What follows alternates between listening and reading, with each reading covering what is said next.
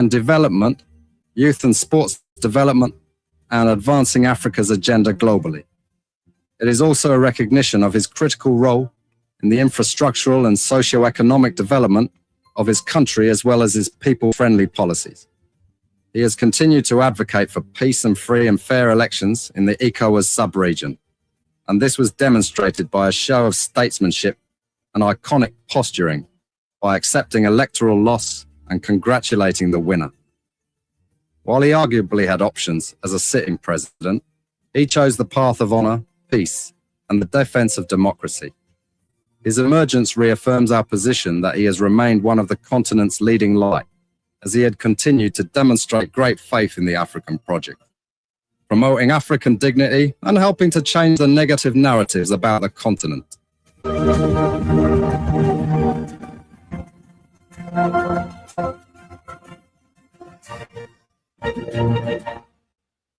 Before we could become journalists today, we are citizens.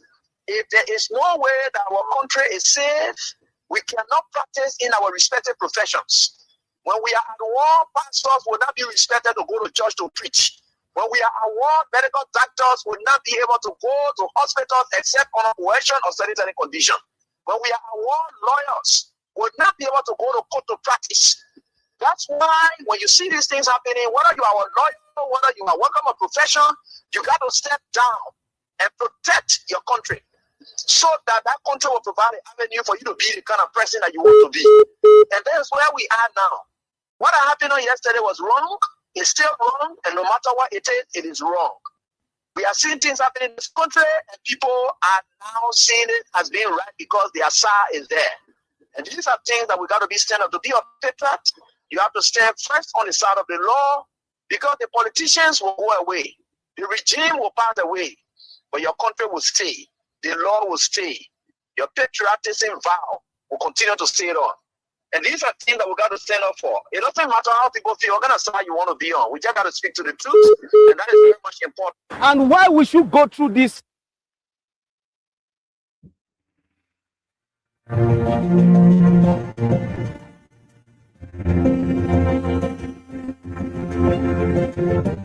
His Excellency, George Weah, President of Liberia.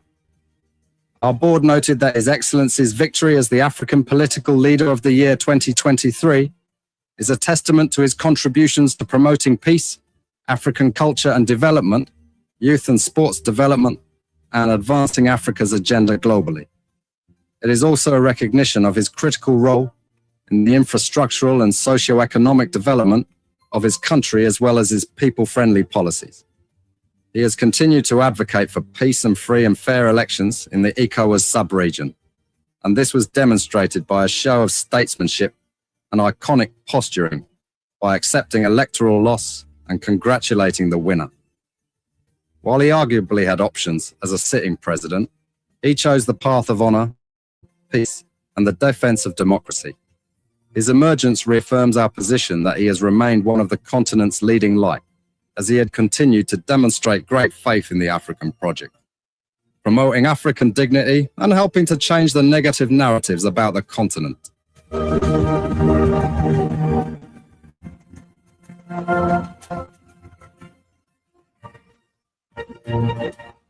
we could become journalists today, we are citizens. If there is no way that our country is safe, we cannot practice in our respective professions. When we are at war, pastors will not be respected to go to church to preach. When we are at war, medical doctors will not be able to go to hospitals except on coercion or sanitary condition. When we are at war, lawyers will not be able to go to court to practice. That's why when you see these things happening, whether you are a lawyer, whether you are working a profession, you got to step down and protect your country so that that country will provide an avenue for you to be the kind of person that you want to be. And that's where we are now. What happened on yesterday was wrong. It's still wrong. And no matter what it is wrong. We are seeing things happening in this country, and people are now seeing it as being right because the Asa is there. And these are things that we got to be stand up to be a patriot. You have to stand first on the side of the law, because the politicians will go away. The regime will pass away, but your country will stay. The law will stay. Your patriotism vow will continue to stay on. And these are things that we got to stand up for. It doesn't matter how people feel, what kind of side you want to be on. We just got to speak to the truth, and that is very much important.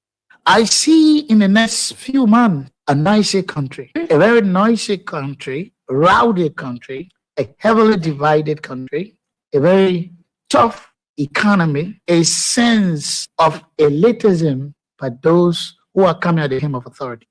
The coming in of the Unity Party is going to multiply the economic woes, the economic conundrum, the economic quagmire, the suffering of the Liberian people is going to multiply. We are not prophets of doom, but the reality will come. And why we should go through this rigorous, chaotic, demoralizing, and inexplicable situation after much cogitation on this clandestine and surreptitious, furtive. He said, and I quote, "I am not a magician. Forgetting words are like egg. Once broken, they are gone.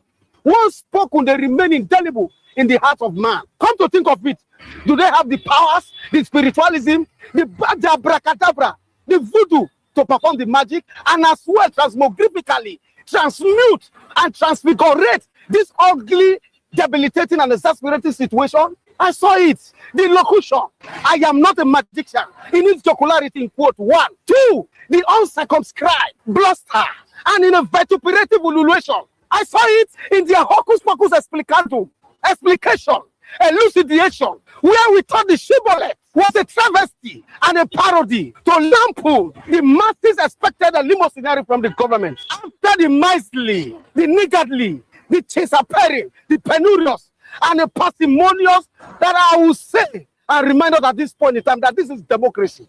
The government of the people, by the people, and for the people. Not oligarchy, plutocracy, and aristocracy. The catchword, the bad word, the shibboleth, the locution, the conversion, the paroxysm, the spasm are counterintuitively excruciating, malodorous, horrendous, odoriferous, and odorous. But I pray that is so much acclimatized transmogrification, is so much acclimatized transmutation. It's not an act of sarcasm. Could it be that we are heading for better days? Could it be the political Moses that will take us to the promised land? Only on this note will I koto in their poho, or else I will not koto in their poho. Sententious, inarticulate, and uncommunicative on this act of recidivism, which is the verisimilitudinous xenophobic attack on my consanguinities, thinking it is a path to honorificability dignitatis. Honorificability dignitatis is a verbal prolixity, a sesquipedalian word, a state of achieving honors. Yes. You see, the vilification, language, jejun, wobicon, an obstinate conspiracy, melancholy that led to this cartel, nauseous, and miasmatic vituperative attack. This is barbaric and megalomaniacal. My pain is this. But I've refused to act. What a devitalizing, a petrifying, and a desiccating situation.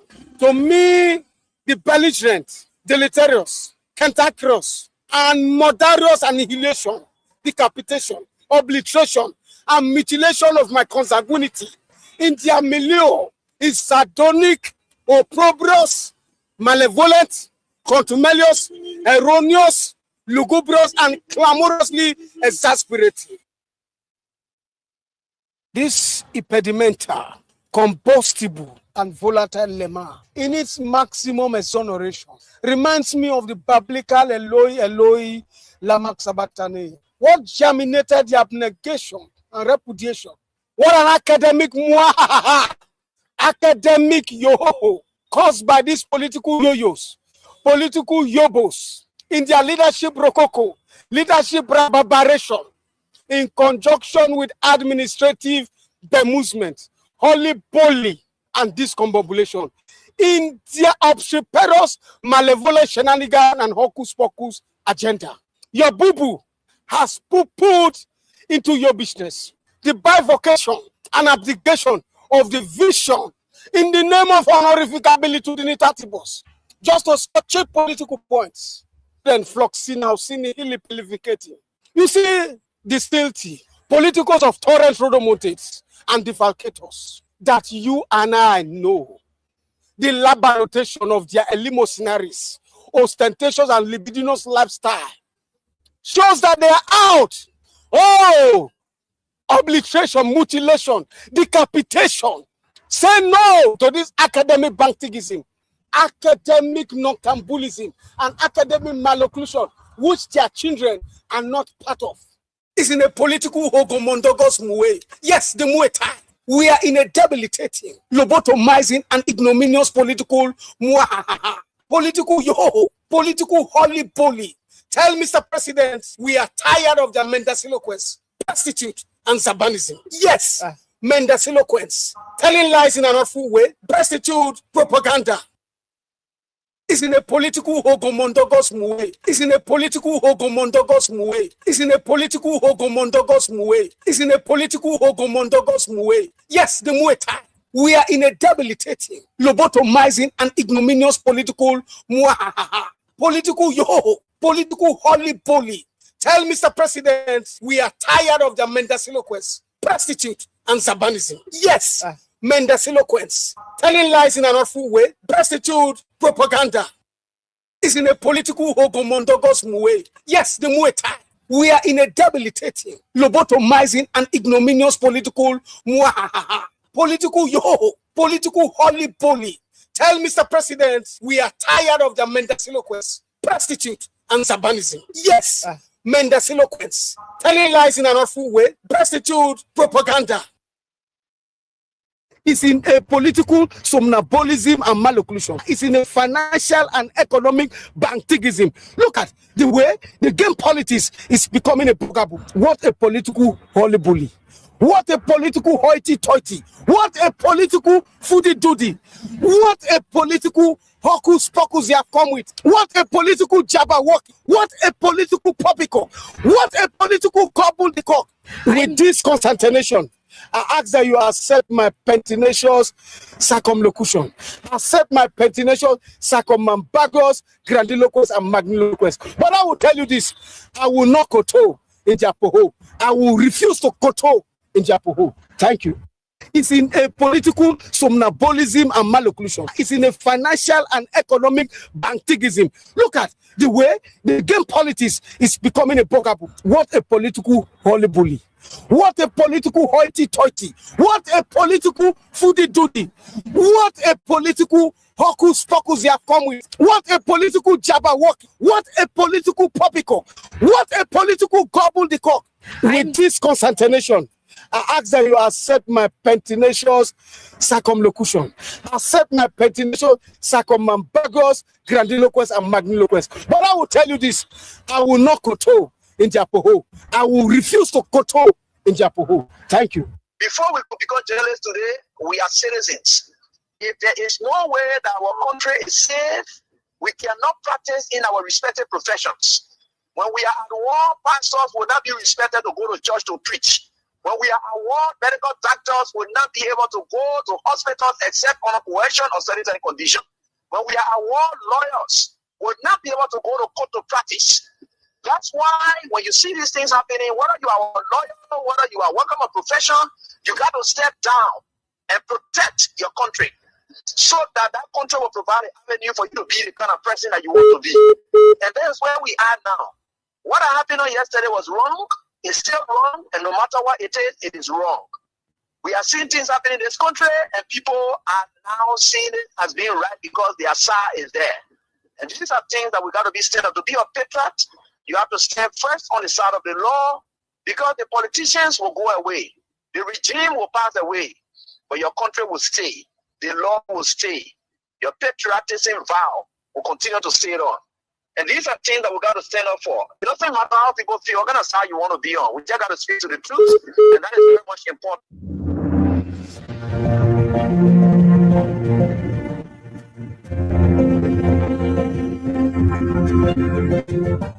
His Excellency, George Weah, President of Liberia.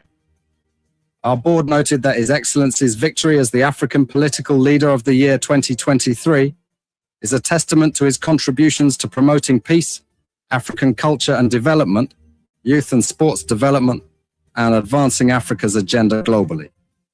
It is also a recognition of his critical role in the infrastructural and socio-economic development of his country as well as his people-friendly policies. He has continued to advocate for peace and free and fair elections in the ECOWAS sub-region, and this was demonstrated by a show of statesmanship and iconic posturing by accepting electoral loss and congratulating the winner. While he arguably had options as a sitting president, he chose the path of honour, peace, and the defence of democracy. His emergence reaffirms our position that he has remained one of the continent's leading light, as he had continued to demonstrate great faith in the African project, promoting African dignity and helping to change the negative narratives about the continent.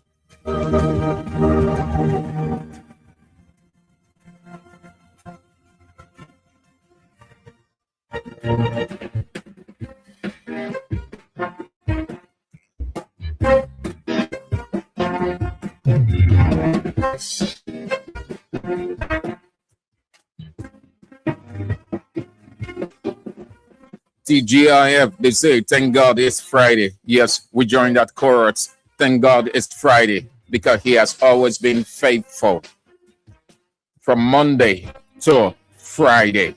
So we say, yes, TGIF, thank God it's Friday. But before TGIF, you know, there was TGIM and TGIT and TGIW and TGIT, then TGIF. And there's going to be TGINs and then TGIS. And then it goes back to TGIM. Good afternoon, people. Thank you so very kindly that you join us from wherever you are following in Liberia and around the world. We are talking 88.5, your fearless radio on this 14th day of August 2026, the reign of Judo Christopher Nebuchadnezzar. I'm Sam Andrews. As always, Sam Andrews.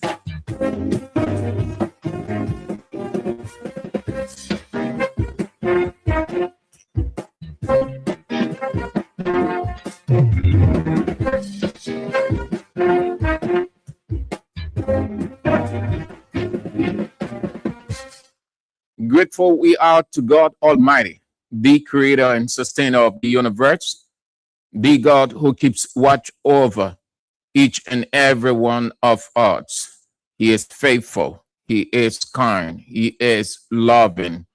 He never reneges on his promises, but fulfills every word that he uttered in the fullness of time.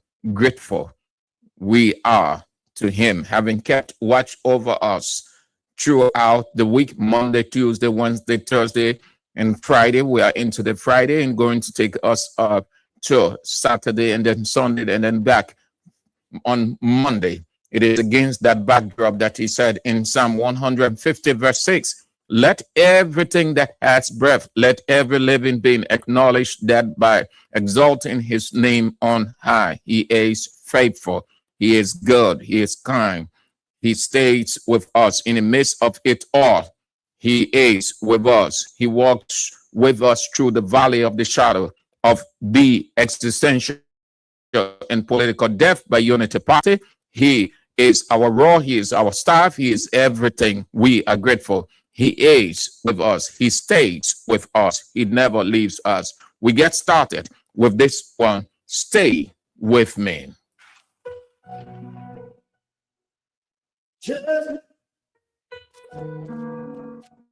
Hallelujah.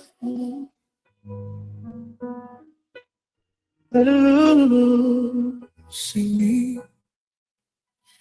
The nights are long. The road is cold. Sometimes I lose the faith I hold. But every cry, you see. You never walk away from me. When I fall down, you pick me up. You pour your love inside my cup. I don't need silver, I don't need gold. Just keep my heart inside your home. Jesus, stay with me when I'm weak. When the storm is all I feel, Lord, just stay with me. Stay with me. Stay with me. Stay with me. Stay with me. I walk through doubt. I walk through fear. But still I know you're always near, no matter what tomorrow brings. Your mercy still my spirit sings. Even if I lose my way, don't let me drift too far away. Hold me close. You're the only peace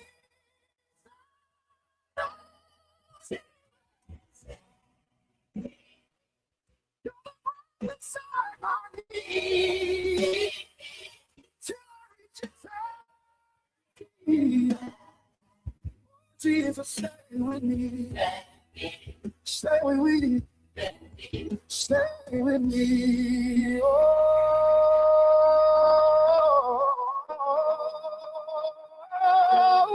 don't ever leave. Just stay with me.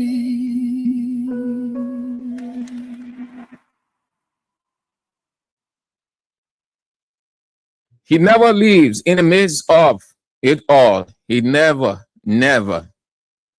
That good, righteous, unrighteous, pure and impure, perfect, imperfect, that leaders, good leaders, wicked rulers, good leaders, he never leaves.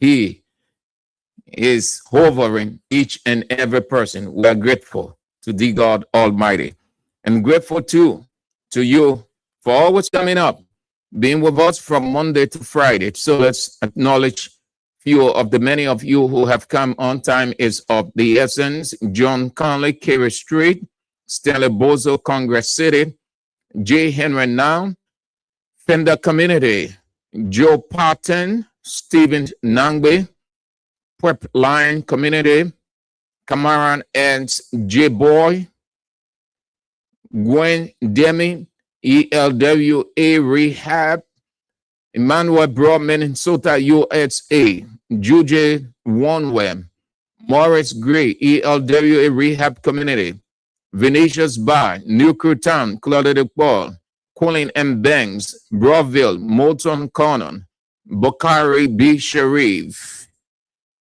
Dubon Hill, Bapin Paul Lee, Johnsonville, Vamuyan Yan, Yasa Sharif, USA, Awelity City, Patrick Kamara, Johnsonville, John Yakbawulo, Bon County, Sylvester Moe, Tamanti John, Congo Town, Roland Sambola, St. Paul Bridge, Fifth Kelvin Bappin, Nimba United Community, Kotu Legendizo, my Juliet Son, River G County, Christiana and Wisse, Virginia, Iron Gate, William Huff, Minnesota, Plymouth, USA, Paris Lobert, New Jersey, USA, Pastor Ebenezer Cabot Philip II, Zedru, Grangida County, Nevet Pevet, Morovia, Vamoyan Fofana, District 4, Nathan Page, Stephen Yakati, District 2, Lower Magibi County, Emmanuel Roberts, Kakata City, Jumon Colley, your residence, Jugonti Chie, your business center, Johnson Street. My dear sister Orita Sonny Wakwai, hi there to you. Hope that you are faring well. And thank you for the pieces of advice and every other thing. Rita Christine Hates, Massachusetts, USA.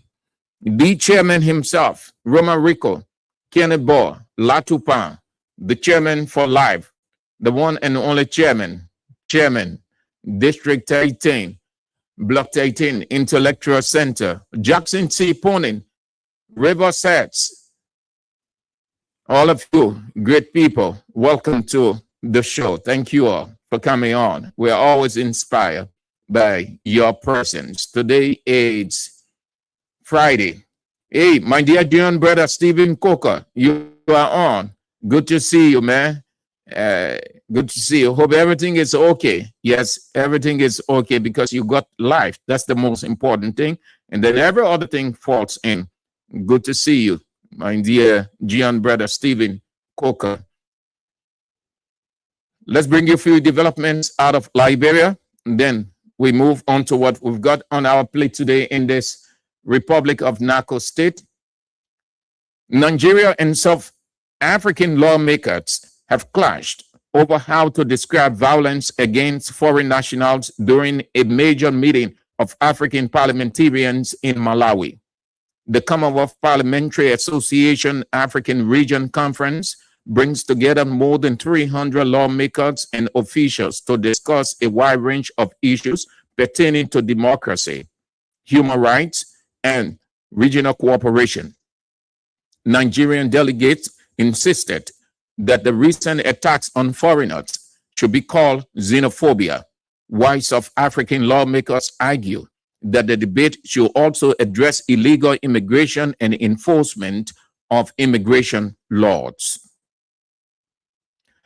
Ghanaian auditors have reportedly found blank biometric passport booklets and 59 used and unused visa stickers at Ghana's embassy in Washington, D.C. The findings were disclosed by Ghana's Foreign Affairs Minister, Samuel Okudeso, at Blacqua during a presentation to Parliament. The audit raised concerns about possible unauthorized passport and visa transactions. It also found that an embassy IT officer's computer was missing, its internet storage drive, preventing access to potentially important records. A former embassy employee, however, said that some of the passports may have been defective stock left over printing errors. And the authorities in Kano State, northern Nigeria, have launched a crackdown on activities considered to be immoral under a new campaign called Operation Kano First. The operation is being led by the Kano State Hasba Board, an Islamic morality agency that enforces Sharia-related rules, promotes moral conduct, and mediates disputes. The board did not specify which acts were being targeted under the new operation. However, Kano's Hasba has previously acted against activities such as prostitution, alcohol sales and consumption, gambling, and other acts of public indecency as well.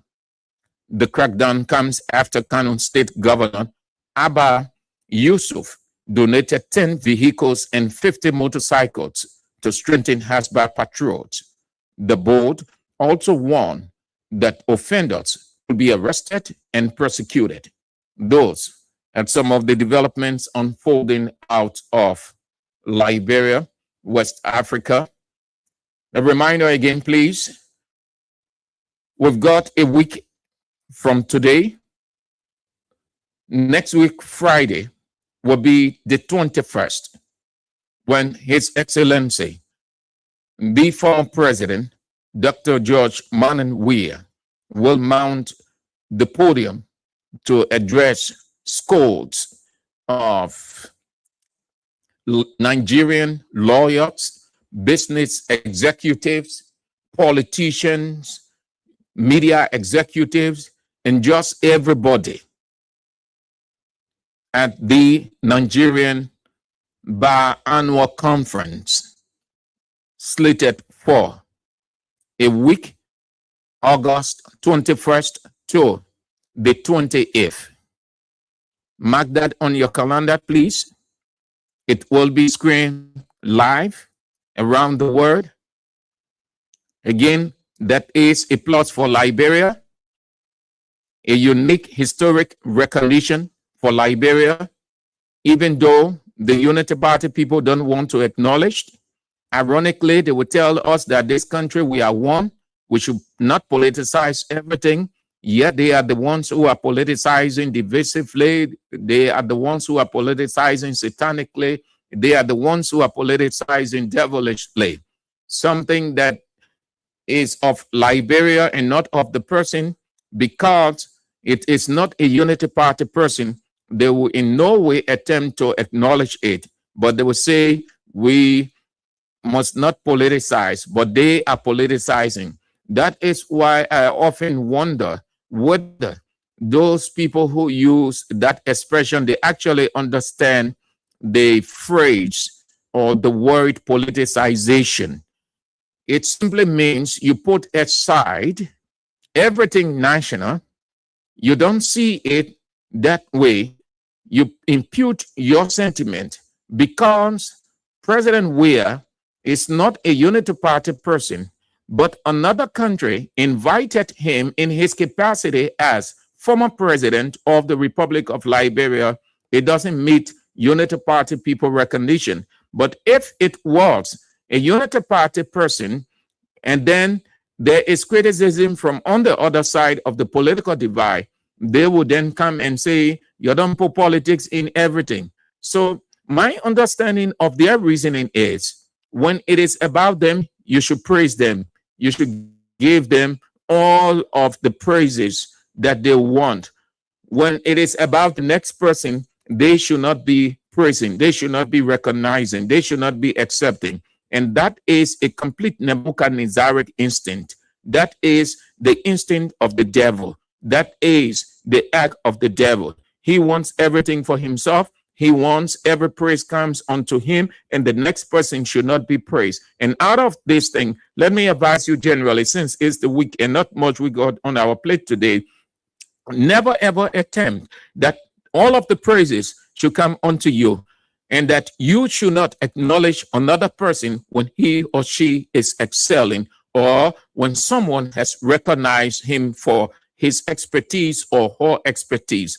Acknowledge, because you know why? Your blessing could be in that person's recognition. Your breakthrough could be in that person's, or your acknowledgement of that person. That's how it works. That's how God set the earth. Only the evil, devilish person would not want to acknowledge the next person's advancement, but his or her advancement should be praised.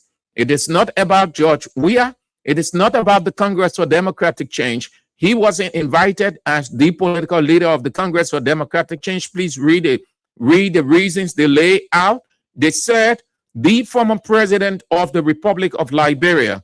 The invitation did not say the political leader of the Congress for Democratic Change. No, it said the former president of the Republic of Liberia.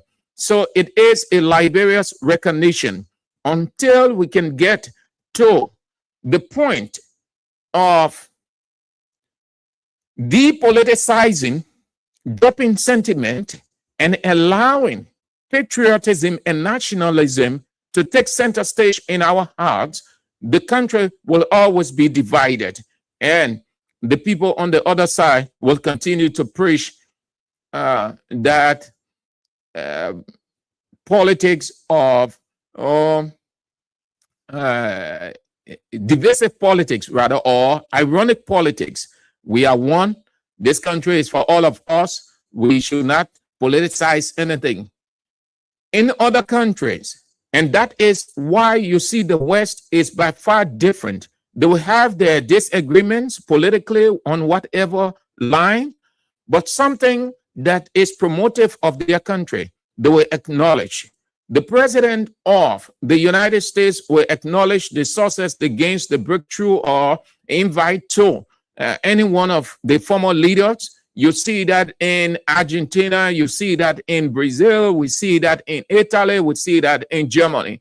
When you see all of those things, the people are telling you that's what democracy is all about. 1, 2, that's nationalism and patriotism. We disagree on political line, but we maintain that bond of oneness as a country. Everybody cannot be on the same side. Come to Africa, no. Africa said no. Once it is not us, don't praise that person, and we can't recognize that person. But when it is us, we want them to recognize and praise us, even though we don't want to praise and recognize them. But when it is about us, we should recognize and praise. You have Unity Party, a Deputy Minister for Public Affairs, Daniel Sanders, say, Ellen Johnson Sirleaf is being invited around the world for Peace Initiative XYZ because he saw the president in where was that? Senegal with President Faye, and so he said, "Oh, the former president is traveling there. Weah is not," but he knows that Weah has been invited to deliver an address to one of the world's largest audiences. He knows that, but because that is the typical Liberian attitude, when it is not mean, I should not acknowledge. When I against that person on political line or whatever, I should not acknowledge, even though the person is a Liberian. So he said, President Sirleaf going all around, making initiative. We are not doing anything. We are sitting down. And you expect other people listening will wonder and just conclude that, Chief, your country truly is divided. How can the minister say that the former president is sitting down and doing nothing while the former president Sirleaf is going out when the former president George Weah has been invited to deliver a lecture? What is the difference between the two? That's how the people see how devilish we are in our own country. No reason why Donald Trump will refer to Africa, and please accept that unruly graphic. Accept my bias for that, describe me in whichever way, but I just want to be the same as he was and put that in context. I did it before, let me do it again, when he said Africa is a shithole place. Now, it was not only a reference to bad governance, but this kind of instinct, when it is not me, even though the person is a citizen of that country, I should not recognize the person. But when it is about me, then the person should recognize me and praise me. That's a shithole attitude. You don't want to live that way, because you know why? No one knows the future. No one knows the future. Whether you like it or not, President Weah, as I said, and everybody continue to say, President Weah is the most successful Liberian to ever walk the face of the earth. President Weah don't need to do anything of peace initiative here and there. He did it before. He doesn't need to do it when the opportunity is afforded him. He will still do, because he's in his prime. He's a nationalist. He is a patriot. He is an idealist. He doesn't need to prove anything to Liberia. Just as Cristiano Ronaldo don't need to prove anything to the world in football, Lionel Messi don't need to prove anything to the world when it comes to football, because they have reached the peak. They've reached the highest. They've reached what the Englishmen call the zenith of life. So it is with George Weah. Politically, he reached the zenith. Football, he reached. Every area of life he reached. He's the most successful Liberian. Put all of the politicians, dead, living, on the table with George Weah. He will surpass every one of them. He will surpass everyone. And listen, we should be very lucky. Just as the world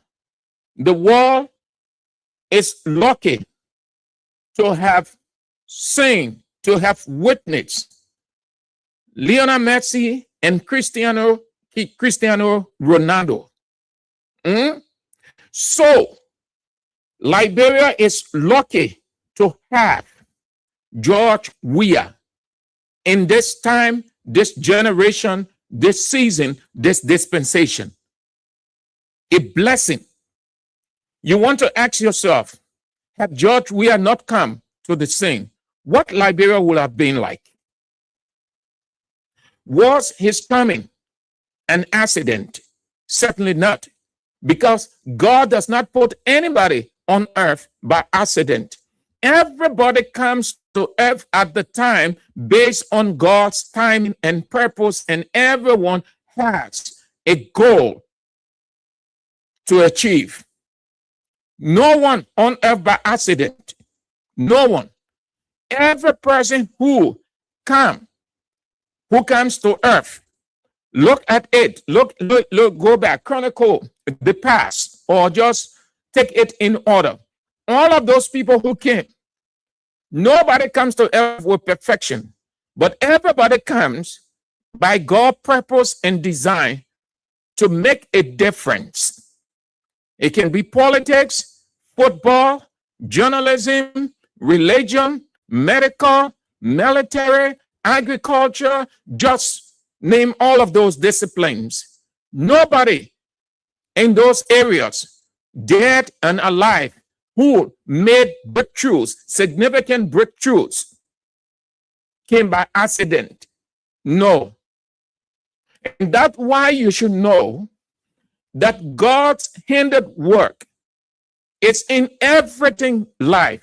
He is the existential God. He is the God that is in everything: politics, religion, military, medicine, and just name it. God is never off the earth in anything. He's involved. He's the God of the earth. He's the protector. He does not work by accident or by presumption. He works scientifically. And his timing of George Weah appropriate, and it served Liberia and still serving Liberia and benefiting Liberia. President Boakai ascendancy to the presidency, that was the time. That was the time that he ascended, and today he's president. Was it by accident? No, it wasn't by accident. That's the time that God set. The time Ellen came, that's what the time. Ellen tried the first, the second, the third. It just didn't work. President Weah tried the first, the second, the third. It didn't work. Senator Jonathan Borchai Sogbe, he attempted to become senator of River G County, the first, the second, and the third. It didn't work. And we can go on to name several individuals, both in Liberia and out of Liberia. When you see those things happening, then you want to ask yourself, but why? Why? And this is where most people now will reach the conclusion that that person is bad lucky. That person, no. When you attempt the first time it doesn't work, the second time it doesn't work, the third time it doesn't work, it only means that that is not the right time. The right time hasn't come. When the time comes, it's going to happen, and no one will stop it, because God isn't accidental. He's scientific.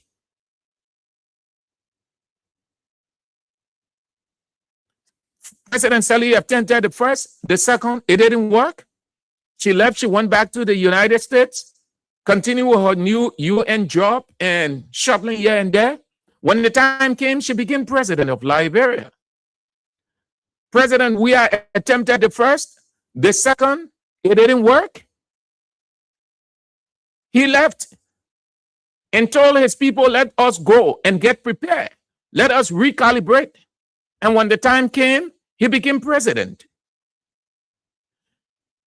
President Boakai attempted the first, the second, it didn't work. His people got furious. He too, he got angry.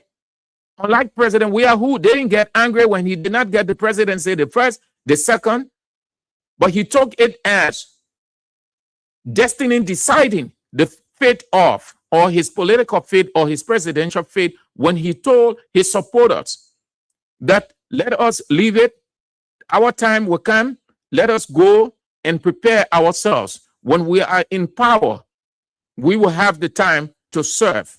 And all of the people left. Ask those people, ask President Weah, top brass, they will tell you that's what he told them. He wasn't vexed.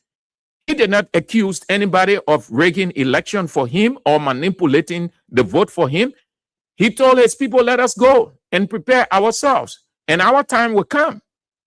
And truly, when the time came, as God said it, President Weah became president of Liberia. President Boakai became president at the time it is set by God. Nobody is on earth by accident. Nothing happens by accident. Everything happened based on God's timing and purpose. Never ever live with this illusion that God is off the earth, God is off politics, God is off this, God is off that. If God would be off politics, then you ask yourself, why is he off politics? Is politics not about existential issues? Is it not about policies? It's not about administration. Isn't he the God of administration? Why would he be off politics and then his only focus on the other area? Is to say that God is incomplete. But he's involved with everything today, just as he was involved with everything, politics, religion, military, and on you can go. So if you don't want to acknowledge President Weah's ascendancy or his recognition, it's up to you. But it is about Liberia. He's not going to be introduced as the political leader of the Congress for Democratic Change in Nigeria. And I will appeal to you that you follow, please, the introduction. That means the person that will come to introduce him. You please listen carefully. You will not find in that person's address that we have invited the Nigerian Bar Association, President Weah, in his capacity as the political leader. But you were here, the former president of the Republic of Liberia, because that's how they do it. They are depolitical. They don't invite people on political line. They invite people based on what you have done,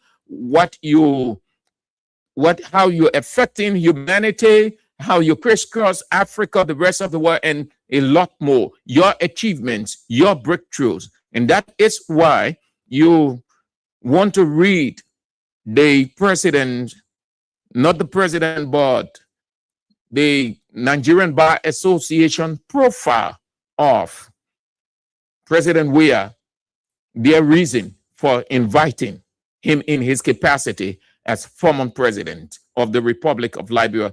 One of the lines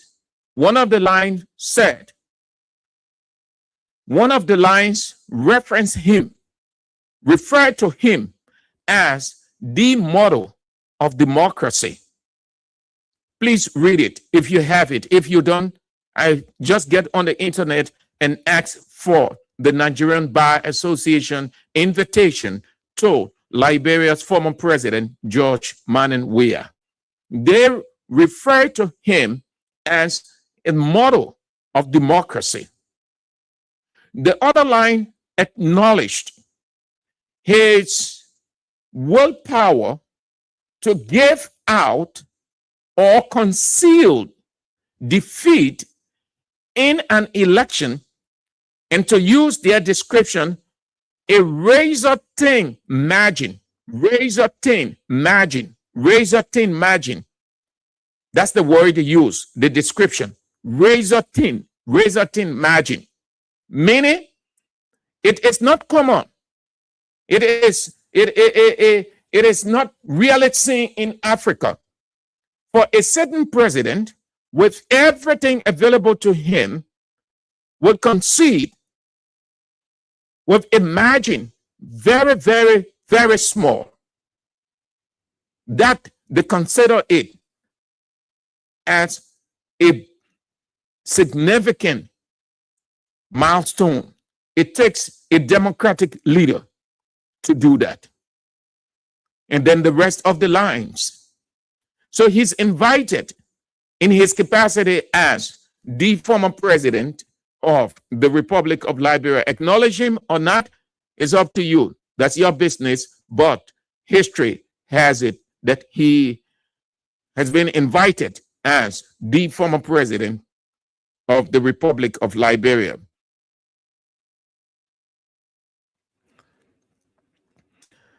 You want us to recognize and praise President Bouakai and other Unity Party people, but you don't want to recognize other Liberians who have been afforded the opportunity to make an impact on behalf of the country. So the gathering runs from the 21st of August to the 28th of August in Nigeria. It will be screened live. Please mark it on your calendar and get ready for that. It's next week, Friday. I got this and I thought to share it with you since today is Friday. It's more of parenting.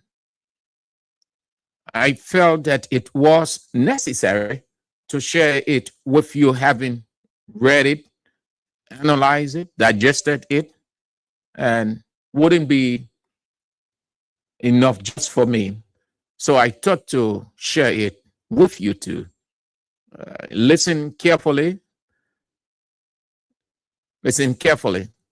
I think they title it The Parents' Creed. The Parents' Creed.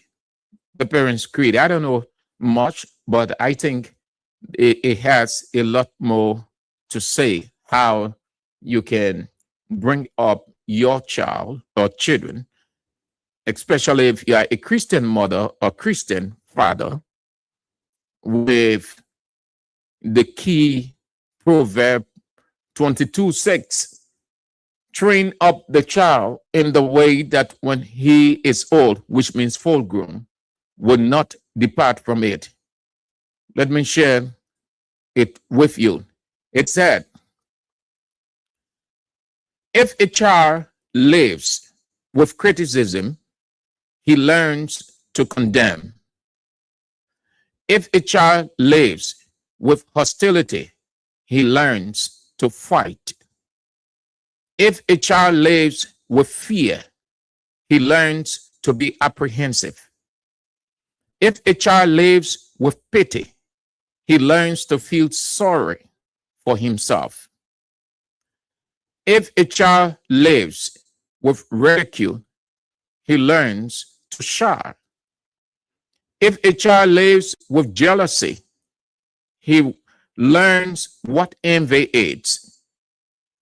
If a child lives with shame, he learns to feel guilty. If a child lives with encouragement, he learns to be confident. If a child lives with tolerance, he learns to be patient. If a child lives with praise, he learns to be appreciative. If a child lives with acceptance, he learns to love. If a child lives with approval, he learns to like himself. If a child lives with recognition, he learns that it is good to have a goal. If a child lives with sharing, he learns about generosity. If a child lives with honesty and fairness, he learns what truth and justice are. If a child lives with security, he learns to have faith in himself and those about him. If a child lives with friendliness, he learns that the world is a nice place to live. And if a child lives with serenity, he lives with peace of mind. I got that from someone and I thought to share it with you. It's called The Parent Creed. Let's get to what we've got now, and then we are out for today. So Prophet Key is released. He's out of jail. We'll get to that. But let's start with Mr. President. Mr. President is less busy. They try to make Mr. President busy. I think he's less busy. What is extra in renovation? An obligation. What is extra in it? What is extra? Where do you find that? Where do you see that out of this country? Well, I have not known. Probably it happens or it is the normal in other countries. I do not know. But I know about Liberia. What is the extra in it that you will call people to see? When President Weah constructed buildings around, and his people and other Liberians acknowledged his good, his patriotic development, these people in opposition then said that there is nothing to praise President Weah about because that is his responsibility. That's why he ran for president and he's the president. Why praise him for his obligation? That's what they were saying in opposition. Imagine construction. Unity Party in opposition said it didn't make sense for acknowledging, for praising the initiative of the president. And every good thing deserves praise. Again, it takes us back to Unity Party people intolerant behavior. Every good idea worth praise. That is why when you're in an office, at the business center, wherever you are understudied.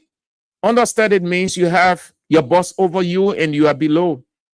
And you are given an assignment and you do it right. And then the boss comes and gave you a pat on the back. He's acknowledging your good work from your innovation, your creativity, coupled with your humility. That you have brought spice, you have added spice to that identical place of the office or the business center. Every good thing deserves praise. Every person who does something right, you want to acknowledge by saying thank you. But these Unity Party people would never, and that is why, sorry to say, I know some of you Unity Party supporters get offended, but that is the reality. You just want to look at it. That your party is a devil's party. Don't get offended. It's not a bad expression. It just means that the characteristics of the devil, you have it. And so you need to do away with it. Because if you only the devil can acknowledge, but he wants people to acknowledge him. Everything under the CDC government, when Unity Party was in opposition, didn't worth acknowledging, didn't worth giving any recognition whatsoever. So the president is less busy. President Bouaka is less busy. I say President Bouaka is less busy. Apparently, this cooking something really confusing him. So they try to come up with a therapeutic approach, allow him to engage into some activities so that he will have that relief, that the pressure, the mental pressure, the cocaine mental pressure or the pressure from the cocaine will reduce his mental tension. They took Mr. President at the Ministry of Information. There's one Ministry of Information. What extra in that thing? What extra in a renovation? That they are calling everybody as if Liberia has 78 overhead passes. Liberia has this, Liberia has just like Liberia is approaching the United States of America. They have one Ministry of Information. Pierre living like it is the biggest, and I think it is Pierre's biggest achievement in life, in his political life. Because the man just going around calling everybody to see Ministry of Information, how he painted this, the ceiling was not there, the mayor writing ceiling, the other assistant minister for new media came, she took her own money, she posted in there, the bathroom. Come on, man. You're stooping so low. That is why you were appointed. That is the reason you were appointed. They did not appoint you to go and sit down. They appoint you to make a difference. Where you sit your office, you are on an obligation to make it comfortable. If you don't want to make it comfortable, it's up to you. It's up to you. You make it comfortable.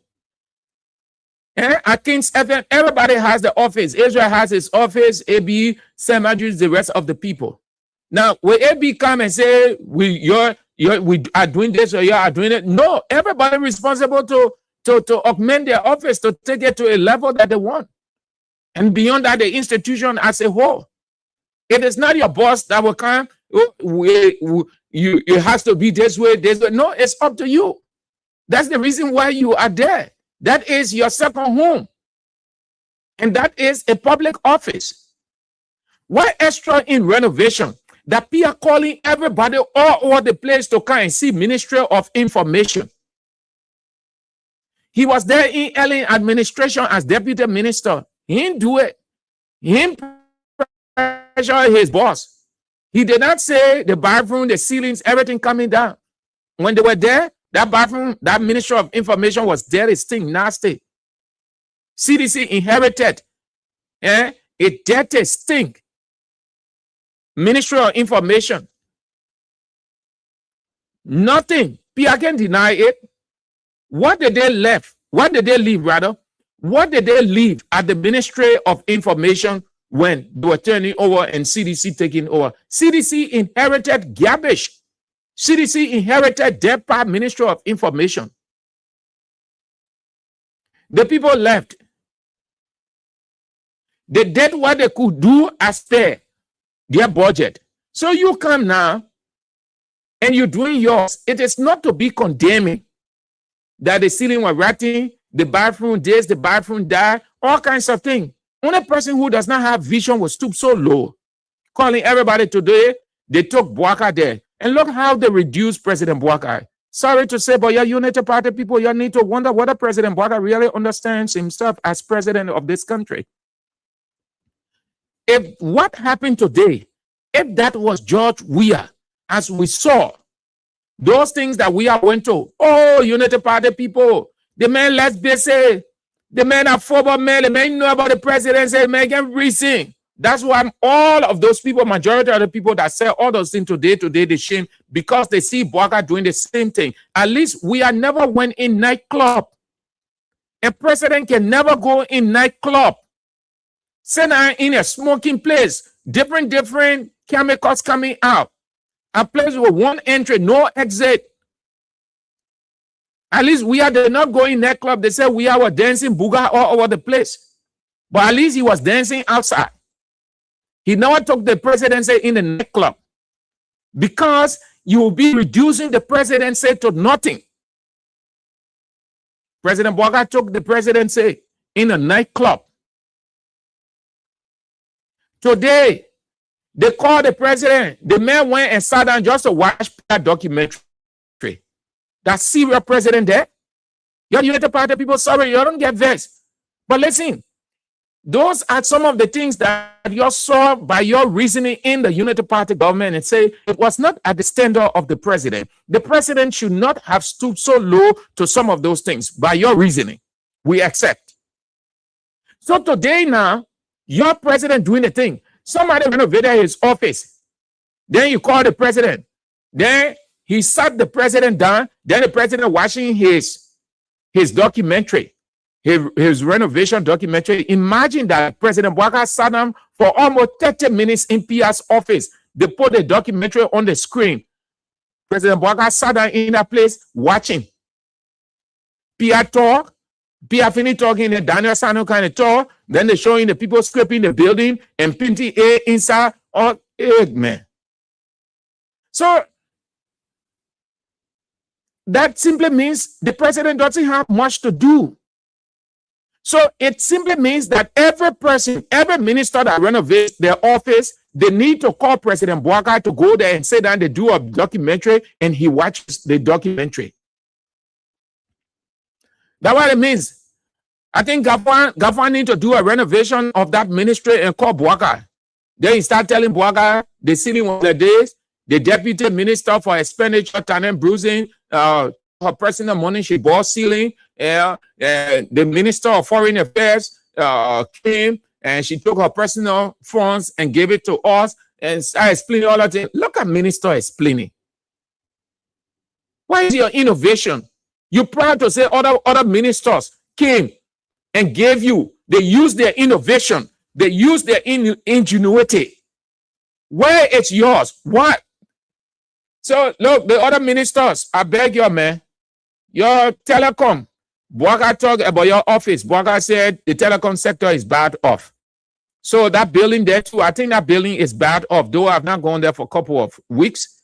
But you look at that building, you renovate it or you do some renovations over there and you do a documentary and you call President Bwaka to sit down and watch. Ministers all over all the ministries, you do a documentary because that's what people are telling you. You do a documentary and you call Bwaka from one ministry to another. The mayor is less basic. How can you reduce the presidency to a mere renovation of a place? How can you do that? The mayor... Anyway, it's good because you all have to see. You see, when we're telling you that certain things, no, the president just it inspires, it motivates. It's just like Paul will usually do, give a compassion, a pat on the back to say thank you. But yesterday it was wrong. Today it should be right. President Bwaka had to sit down over there, the man watching PR documentary. Can you imagine? After touring the various office, went to PR office, from there he went to Daniel Sano office. Daniel Sano, and I should tell you, he's coming down now because the people were ready to put his other videos out. So he's having a second thought now. He entered Daniel Sano office, just like the speaker, the pro tem, the other people went there. Then he sat down. He sat down to watch PR video. You, president, you will sit down. You will reduce yourself to a mere person sitting out watching video of quote-unquote renovation of the Ministry of Information. The man wasted the country time over there. The 45 minutes, 1 hour, 2 hours to concentrate on the country work. Bwaka just go sit down to the Ministry of Information. Wasted the country's time today. Then the lady now that Pierre said he was showing. He said, you see, Mr. President, again, they sitting here, it was this, it was that. The minister, assistant minister for new media and branding, sure. Can you imagine? Imagine. He thought he was saying something about reduce himself. You're a minister. And then another minister took her money. Where is your innovation? Where is your vision? You're proud to be acknowledging your colleague, your subordinates doing it.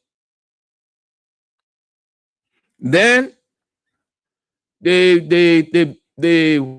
I think that's the woman's birthday today. If that's not her, then another person. Mr. President sat down there and then sang the woman's birthday song. Then what they say, oh, but get ready now. The president had to find a birthday gift. Oh. The president had to find your birthday gift. Hey,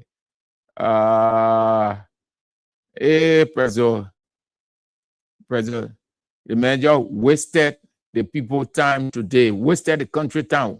1 hour, man, sitting down, looking at the woman. You're singing, happy birthday to you, happy birthday to you. And Bwaka sitting down, looking. Hey, God.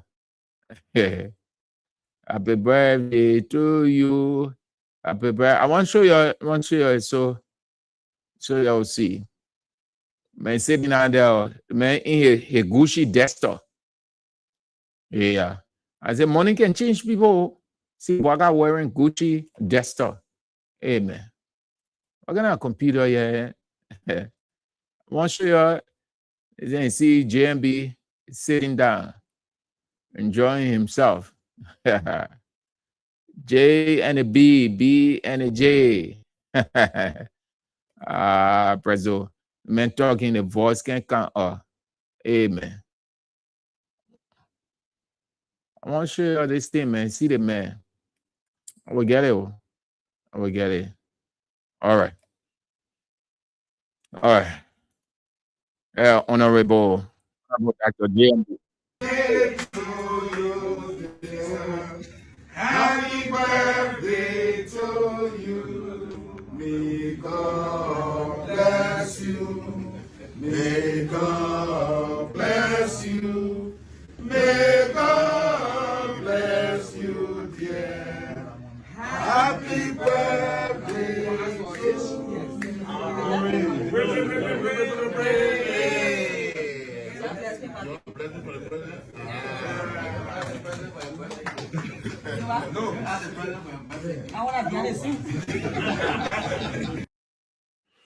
They will talk the government to the Ministry of Information to stop the country from functioning for almost 2-3 hours. Just to look at building, renovation, and sing happy birthday to Malusa Hill, the Assistant Minister for New Media.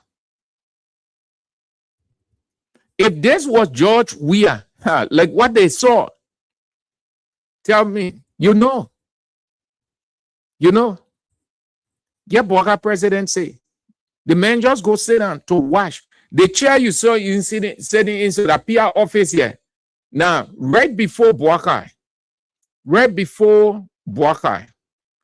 let me get the lady off the screen. So, very good. You see her? You see Boakai sitting? Now, before Boakai, that's the screen. All his officials with his bodyguards and protocol people are watching. The other group was on the side where PR is sitting. This is PR. He got all in where? After the brought Daniel Sano ready to bring more, he go get in where? I know he ready to go to the church too. And you see that the TV, where Boaga is facing the TV, you see the man Gucci desktop. Is there money in jail? Boaga is a Wesley for 24/7 vatting it. You see the man? You see, money can change people. Let's see, don't get vexed when your friend excelling. Don't get vexed. Unity Party people they were in power for 12 years. CDC was in opposition for 12 years. CDC was not opposite. They was not condemning, this, that, but they was fighting hard. They were raising the issues. They left. Unity Party came in power. They start envying. Yeah, Boaga, yeah. You see, that Gucci desktop. You know, the one that the beginning and selling, but they want, the president. And so if you check the thing, that 5,000 US. Yesterday, they say we are wearing 10,000 watch, 15,000. Look at Boaga watch. They watch that on Boaga hand. That the 250 watch we can buy on Broad Street or Waterside. No, they watch. You're talking about 2,000 to 3,000 United States dollars because he's president. And I'm begging. He things are produced. Look at the desktop. The desktop on Boaga. That the desktop then we can buy $10 will big the beginning. Then the beginner can say, "Pro, put $300 on it with baking." And you think that Boaga bought the desktop on Boaga 4. You're talking about 2,000 to 3,000 US. All Boaga wear, look at it. Boaga wearing expensive things. But yesterday, look at Joey White. The man, look at the president. Why the president is using the country money? The man wearing 5,000 US watch. Look at the man's shoe. The man's shoe is 10,000. You look at Boaga now. that $10 US Gucci desktop burger wearing there. When you see these guys were envying the CDC guys because majority of them, when broke, things were rough, they were not really getting it as the way they are getting it now. You see the life they are living. You see how all of them fat, all of them enjoying. But the man wasted the country's time. Man go sit down just to look at building, PR renovated building. Then the lady birthday. That the people who say the extra in governance stooping so low.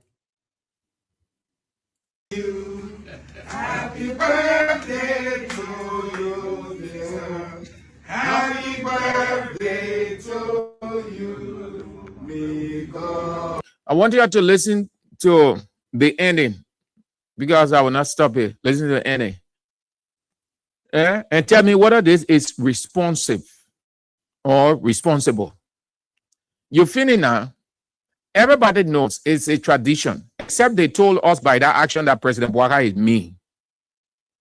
Normally, when a boss is somewhere and such a thing, you see, it will give you a pat on the back. Traditionally, they'll just put something in your hand to buy a cold water. So you don't have to say it. And you can't even tell the president, or you can't even say in the presence of the president, or for your gift now. It's too petty. It's demeaning. The people who yesterday everything was wrong to them, today, listen. So you're listening to the end. God bless you. May God bless you. May God bless you, dear. Happy birthday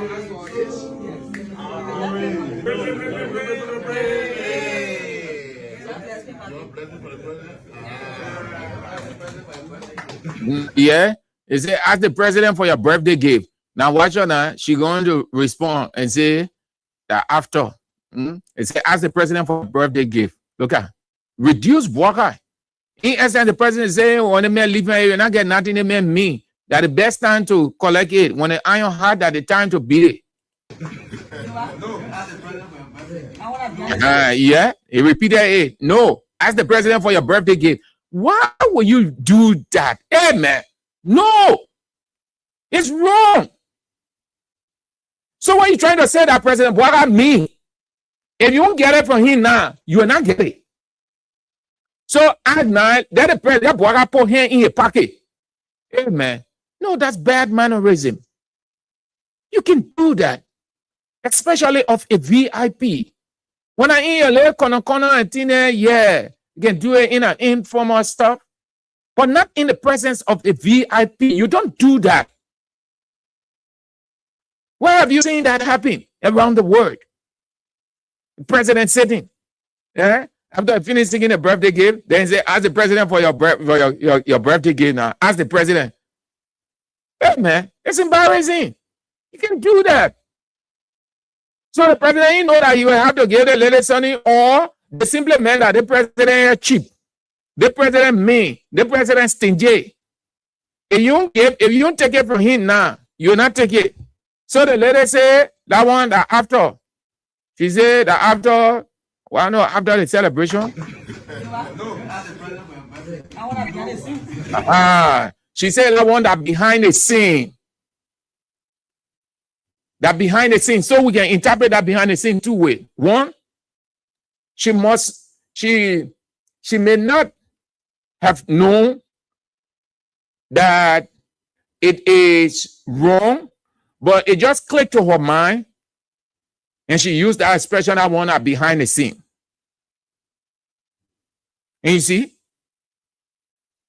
Oh, that behind the scene. That one that behind the scene. All of these guys say, here go. I see you, man. I see you. Is it ask the president for your birthday gift? So why you now can tell the president, Mr. President gave the woman birthday gift, but that the woman must ask, bad mannerism, unethical, immoral. It is very, very wrong. That's what they refer to as bad manners. You can't do that. When I'm in a community or informal gathering, but not with a VIP. You don't do that with VIP. But because people know Bwaga me, he's stingy. And then you just say, oh, we have they kind of thing. You're not even talking, say, we have a drop your lady in your hand. So the people will say, if you don't take it from him now, forget it, you will not get it. So they must say, I want that after.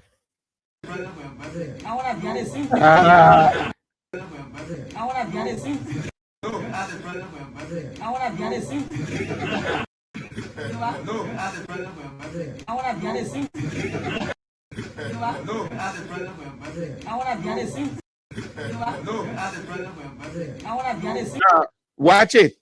Watch the official that said it. The official that said it, watch how Bwaga looked. Bwaga was shamed. Bwaga was embarrassed. Look how Bwaga kept on looking at the person who said it. He thought that he said something good. He didn't know that it was wrong. Bwaga himself was embarrassed. So that the person simply meant, oh no, Mr. President, you got to put him in pocket. You got to leave something here. If we get something for you, we're not getting it. And that person who said it assumed that the president gave that lady something. You're going to that lady to get it on from there too. But it was wrong. That's bad mannerism to do that in the presence of the VIP. Your watch, please. You look at President Bwaga, and he's straight. Now, after putting his hand on the back because the lady bowed down, which is a tradition or something, and then it knocked the back. So immediately the person said, ask the president for a gift. Bwaga turned to that person. And look how Bwaga was looking. Watch it. And you see it? You see it? And you see how Bwaga turned to the person who said it? Bwaga knew within himself that it's wrong. You can't do that. That he knows that it was demeaning. He's the president. He isn't broke or he isn't running away. He's not a stranger that is passing through. He knows that he can do it. If he can instruct any one of his people over there to get the lady Sunday. So the person who said it, Bwaga, look at the guy in that way. I'm sure he must have told him, or the minister must have told him after, that was not right, man. You should not have said that. But are the people who say they know everything, or bad manners, bad manners. You look at Bwaga again, he read to look at the woman when the lady was leaving. Not the woman, but the person who say, ask for your birthday gift. They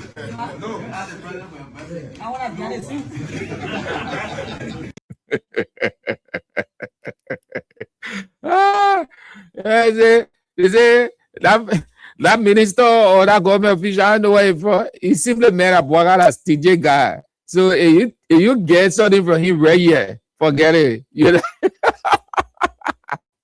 Hey, you'll be man. That's interesting.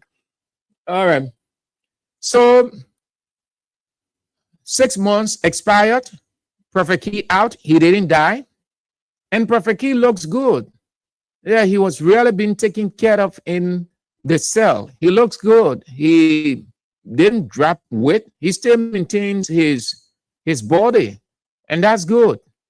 And so he came out and he said he has been rehabilitated, reassimilated, and relocated. The 3 R's. That's good. The 3 R's. So he's out of jail. And yeah, what do you have to say? Folks, thank you. No. This is the wrong one. This is the wrong one. Want to get the one that he used the 3 R's. The 3 R's. He did use the 3 R's. When he came out of jail, he said he has been rehabilitated, reassimilated, and relocated. Prophet Key. Amen. I want you people to see that. May go the other way. But he maintains his body. He didn't lose weight. No, he didn't lose weight. I think that was good. It was good. It shows that he was well treated in jail. That's good. I'll get that. But let's go to this one where I try to find the other. He said while he was injured, there was this report that he was being assaulted, or he said they do Bob brother thing to him. So he came out and he said that wasn't true at all. A lady created that, and he's going to sue the lady. When there I saw people, who are banned there, 3 them are pass. People then there for 2-3 years, they are still detained. What are called keeping them there for? Our children language over there. How can you keep a detainer for 3, 4, 5 years? The court need to put kick in there for the court to leave. So, Prophet, do you think your brother be violated, Prophet? My brother, in what way? Was it violated? Was it violated? I think yes. Okay. Because the Chief Justice, who is the complainant, is the same person judging me. Because when you look at the whole thing, I never insulted the 4th bench. Associate Justice, James Etta will call it. I never mentioned our money before, either they have caused her before. But I was surprised before the 4th bench. They telling me, say, oh, I caused all the people there. So, Prophet, did you insult? Did you insult? Yeah, I did. That's why I came, I apologize for it. And you're not teaching me. Because I was frustrated. Okay. People are laying on land for 40, 50 years. You go, you break down their house, and they lay down all in the street. They are Liberian. That one check on the Marcos. What is it, the Marco was the right problem? No, the Marco will not continue. There's a rebranding. Okay.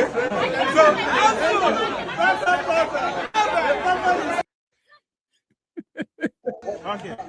Because I went there, I saw people, Titina, who are banned there, 3 them are pass. People then there for 2-3 years, they are still detained. What are called keeping them there for? Our children language over there. How can you keep a detainer for 3, 4, 5 years? The court need to put kick in there for the court to leave. So, Prophet, do you think your brother be violated, Prophet? My brother, in what way? Was it violated? Was it violated? I think yes. Okay. Because the Chief Justice, who is the complainant, is the same person judging me. Because when you look at the whole thing, I never insulted the 4th bench. Associate Justice, James Etta will call it. I never mentioned our money before, either I caused her before. But I was surprised before the 4th bench. They telling me, say, oh, I caused all the people there. So, Prophet, did you insult? Did you insult? Yeah, I did. That's why I came, I apologize for it. And you're not teaching me. Because I was frustrated. Okay. People are laying on land for 40, 50 years. You go, you break down their house, and they lay down all in the street. Okay. Because when there I saw people, Titina, who are banned there, 3 them are pass. People then there for 2-3 years, they are still detained. What are called keeping them there for? Our children language over there. How can you keep a detainer for 3, 4, 5 years? The court need to put kick in there for the court to leave. So, Prophet, do you think your brother be violated, Prophet? My brother, in what way? Was it violated? Was it violated? I think yes. Okay. Because the Chief Justice, who is the complainant, is the same person Joshing me. Because when you look at the whole thing, I never insulted the fourth bench. Associate Justice James Etta will call it. I never mentioned our money before. Either they have caused before. But I was surprised before the fourth bench. They telling me, say, oh, I caused all the people there. So, Prophet, did you insult? Eh? Did you insult? Yeah, I did. Now when I came, I apologize for it. And you're not teaching me. Because I was frustrated. Okay. People are laying on land for 40, 50 years. You go, you break down their house, and they lay down all in the street. They are Liberian. That one check on the Marcos. You didn't cause him back off before. No, the Marcos will not continue. There's a rebranding. Okay.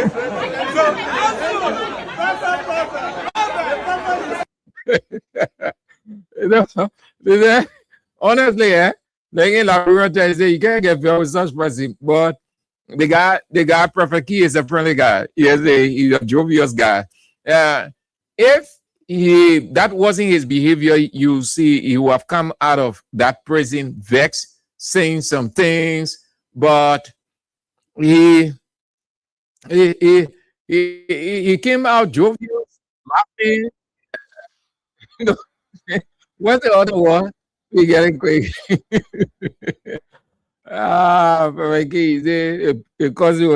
But that's true.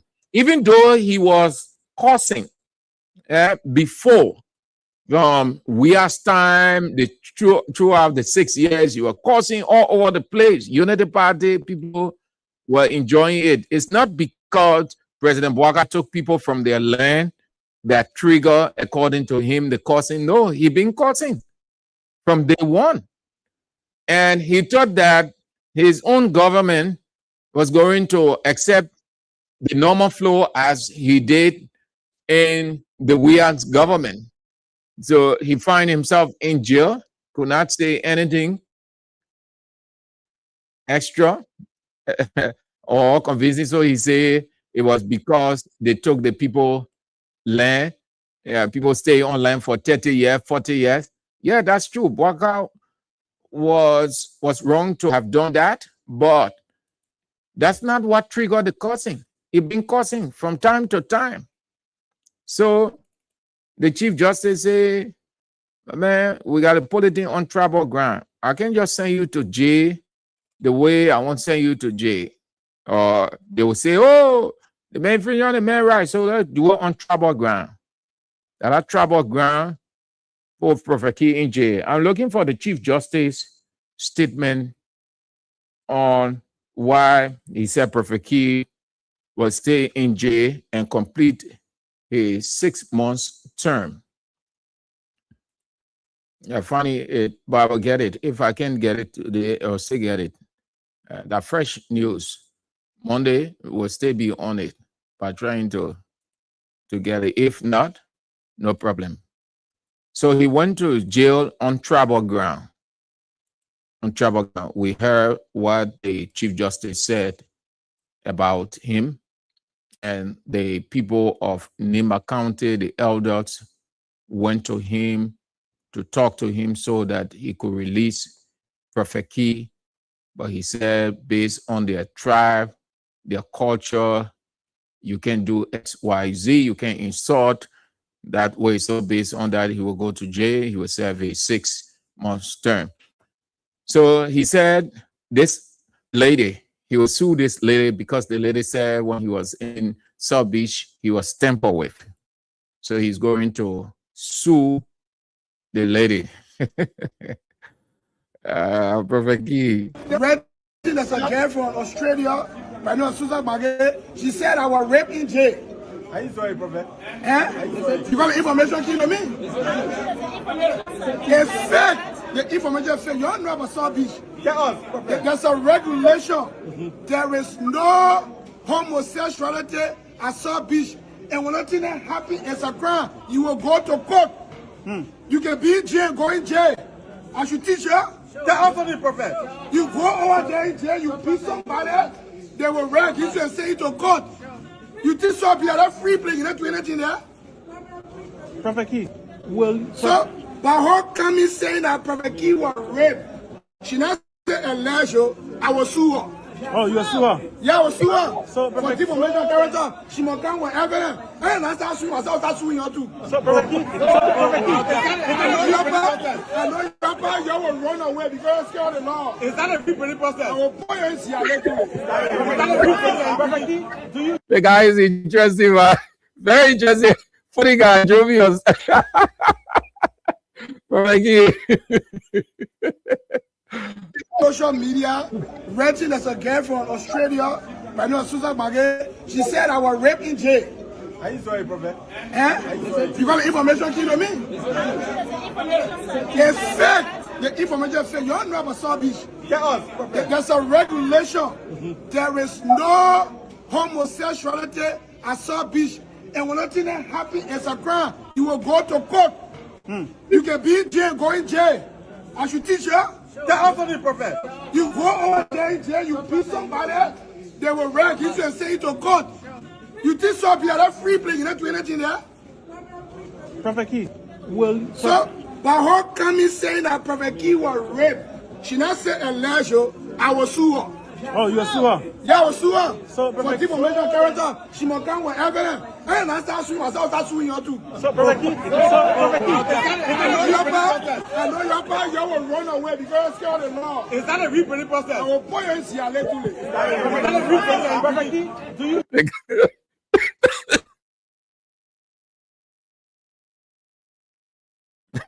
The guy is interesting. I know the Chief Justice whatever he say, he laughed and said, if I know, I would have put this guy in jail. The guy said, like, nothing can help Prophet Key. They thought that they were silencing Prophet Key, or that he wouldn't be that he wouldn't come out alive, that he would be quiet, just as when they put some people in jail for that duration, they come out very quiet, not wanting to talk. The body language is so frail. But Prophet Key is different. You see, the man is excited, very motivated. Yeah, man. I just can't get the one. He used the 3 arrows. Social media, renting as a girl from Australia, by name Susan Magay. She said I was raped in jail. Are you sorry, Prophet? You got the information key to me? It's fake. The information is fake. You don't know about South Beach. Tell us. There's a regulation. There is no homosexuality at South Beach. And when nothing happens, it's a crime. You will go to court. You can be in jail, go in jail. I should teach you. Tell us the Prophet. You go over there in jail, you beat somebody, they will rank you and say it to court. You think so be at a free play, you don't do anything there? Prophet Key, will... So, but how come he saying that Prophet Key was raped? She not said Elijah, I was sue her. Oh, you are sure? Yeah, I was sue her. So, for people major character, she must come with evidence. And I start suing myself, start suing her too. So, Prophet Key, I know your pa, you will run away because you're scared of the law. is that a free process? I will point you here later. Is that a free process? Prophet Key, do you... Actually, Prophet Key adds spice to Liberia's political culture. Honestly, he adds spice by his demeanor, by his personality as a whole. He's just that open character. We agree that he calls that behavior is bad. It's not representative of any person, but take away the causing, he adds spice, his aliveness, bring that spice to Liberia's political culture. But look at the people that turned out. People turned out in mass to see the man out of jail. Auntie Joseph, sorry. Media, renting as a girl from Australia. No. Yeah, the Chief Joseph, he really rushing the thing here. So people causing all over state, Chief Joseph, anyway that your neighbor county man. All right. Okay. So let's review of the comments, and then that will be doing it for today. The weekend is on us. We have to move. We have to go on the hustle. Yes. So let's take few of the comments, and then that will be doing it. So Ferran Torres is now not Manchester, but PSG player. So Atletico Madrid, not Atletico Madrid, but Manchester City, they don't want to give us Rodri. You see how life looking? They don't want to give us Rodri. They say we should pay 210 million. But they want Enzo from Chelsea. So Chelsea say, we ain't giving our man. If y'all want a man, y'all bring 120 million too.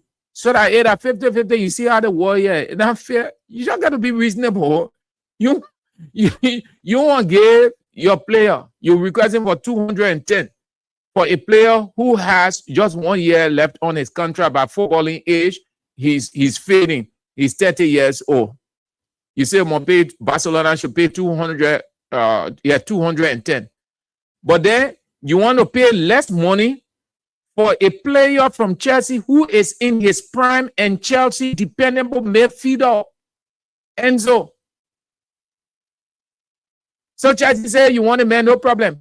But bring 120 million. Then you say no, the money plenty. Oh, but you charging Barcelona 210 million.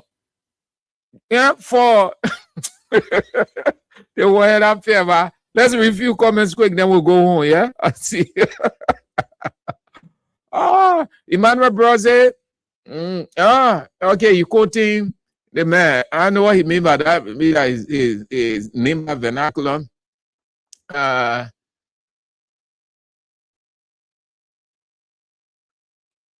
Oh yeah, he said something about Henry Costa too, and Costa reacted.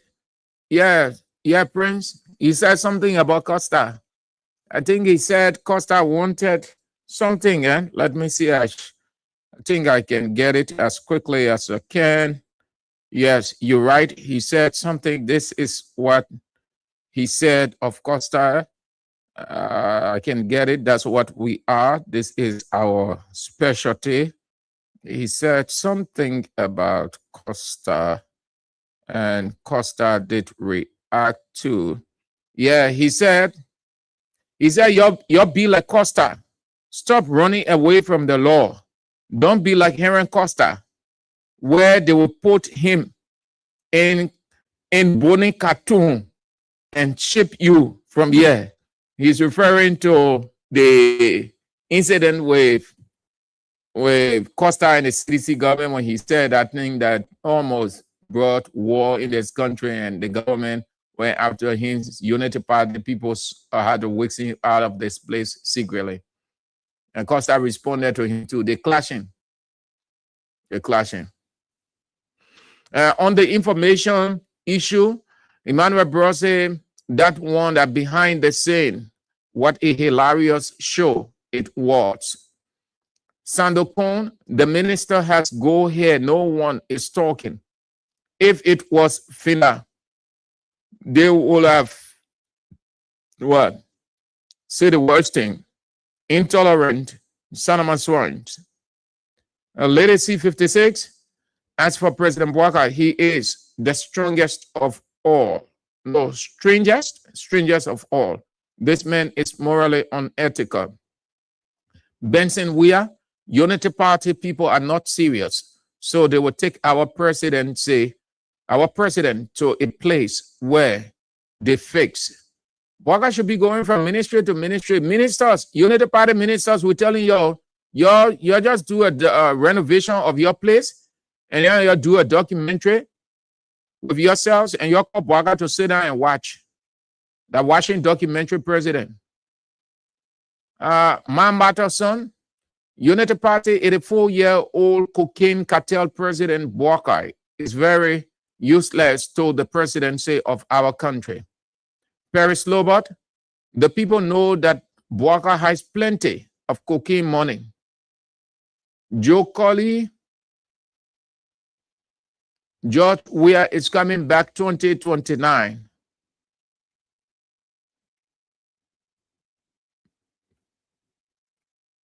And That's Lucien Vanning. He said cocaine has taken over our country. Why Bwaka is going for birthday party? Yesterday they complained about the same things. Shameless people.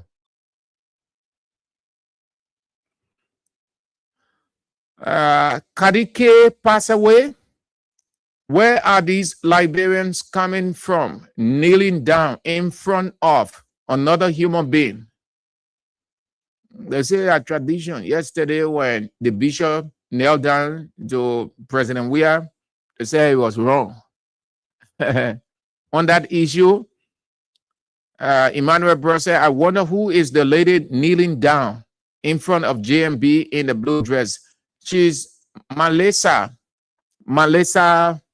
Hill. I think she's the assistant minister for new media and branding. Mark Komen. After that, Unity Party criticized George Weah and the CDC for not doing anything tangible for Liberia. It's now been established that Joe Bwaka and the entire Unity Party arrest agenda is walking in the shadow of President Weah and CDC. Good. J. Niels Kpangba, he said, nearly every office and public vehicle was stolen. That's why in the CDC-led government, officials didn't have access to vehicles. Yet, President Dr. Weah performed beyond expectations. Yet the carry, when early people took over the carry, most of the cars. CDC people didn't have cars. They had to manage. Those who had a private vehicles had to use it until they could get something to work with. Let's go now to the line. We'll take a few calls and then we go. But let's do justice to Tobasi. He said, reintroduce the death penalty in Liberia to execute cocaine traffickers, corrupt law enforcement officers. But I didn't talk about that, Chief. I didn't talk. But the investigation is on, I think, the Judge Roosevelt Willie. Judge Roosevelt Willie jailed 9 jurors for incompatible conduct. They were sent to jail today. It took the decision today. The hearings are on. You just wait. They're not going to go through or run away with that thing. No, America is on top of it. So you just relax yourself. So let's take a few calls now, and then that will be doing it for today and this week. 0772 23 99 33 0886 30 44 97. The women's line 0777 9803 75. Hello. Yeah, thank you very much. Good afternoon, Mr. Andrews. Good afternoon. Thank you. Mr. Andrews, I'm Spencer Mohammed, and I call from down Coast Spoon Hill. Went down for me to concern Liberia for justice. Hey, Mr. Andrew, am I hearing that President Bwaka went to a renovation documentary? Yeah, yes. Yeah, man. He sat down for almost 2 hours watching. It's not glaringly clear that the guys keep power on a real visionary ambition. What the guys criticize when President built the Freeport building? Why the guys criticize the building of the LPRC? The building example, why do they criticize it? Today, renovation is being celebrated. The guys give power without no vision. The guys get tired through it. And today, it is glaringly clear that these guys were a presidential into our country. Indeed, President Weah will return 2029. Thank you very much. Thank you too. Have a nice day. Hello. Yeah, hello, Sam Jew. Yeah. Thank you for your show this afternoon. So, are you telling me that Bwaka had many birthday club? Bwaka bring the president down because you can't tell me the person they go to birthday party. That's every birthday party asking you to give money to the person. They say, hey, Bwaka, What can I do about the corner? No, that one of the officials, I think from the Ministry of Information, said she gotta go there too. He was referring to the lady. He was telling the lady to ask the president for her birthday gift. To show that Boga is me. To show Boga is me. Don't give what a president we are, former president we are. You're not in there to talk. You know what I gave you when you invited you go on your party. You will know that why you gave you. Anyway, I'm concerned Liberian for justice calling for unschool district Grand Bazakade, the city of Natural Ite. Thank you for the show. Thank you too for calling. Have a nice day. Women's line. Hello. Yeah, good afternoon, Sanju. Good afternoon. Yeah, Victoria Bar calling for justice. Memo concern Liberian for justice. Sanju, thank you very much. Sanju, the reason you see they carry the old man to take carry for birthday, they carry that old man to play fun because the man is a fun back.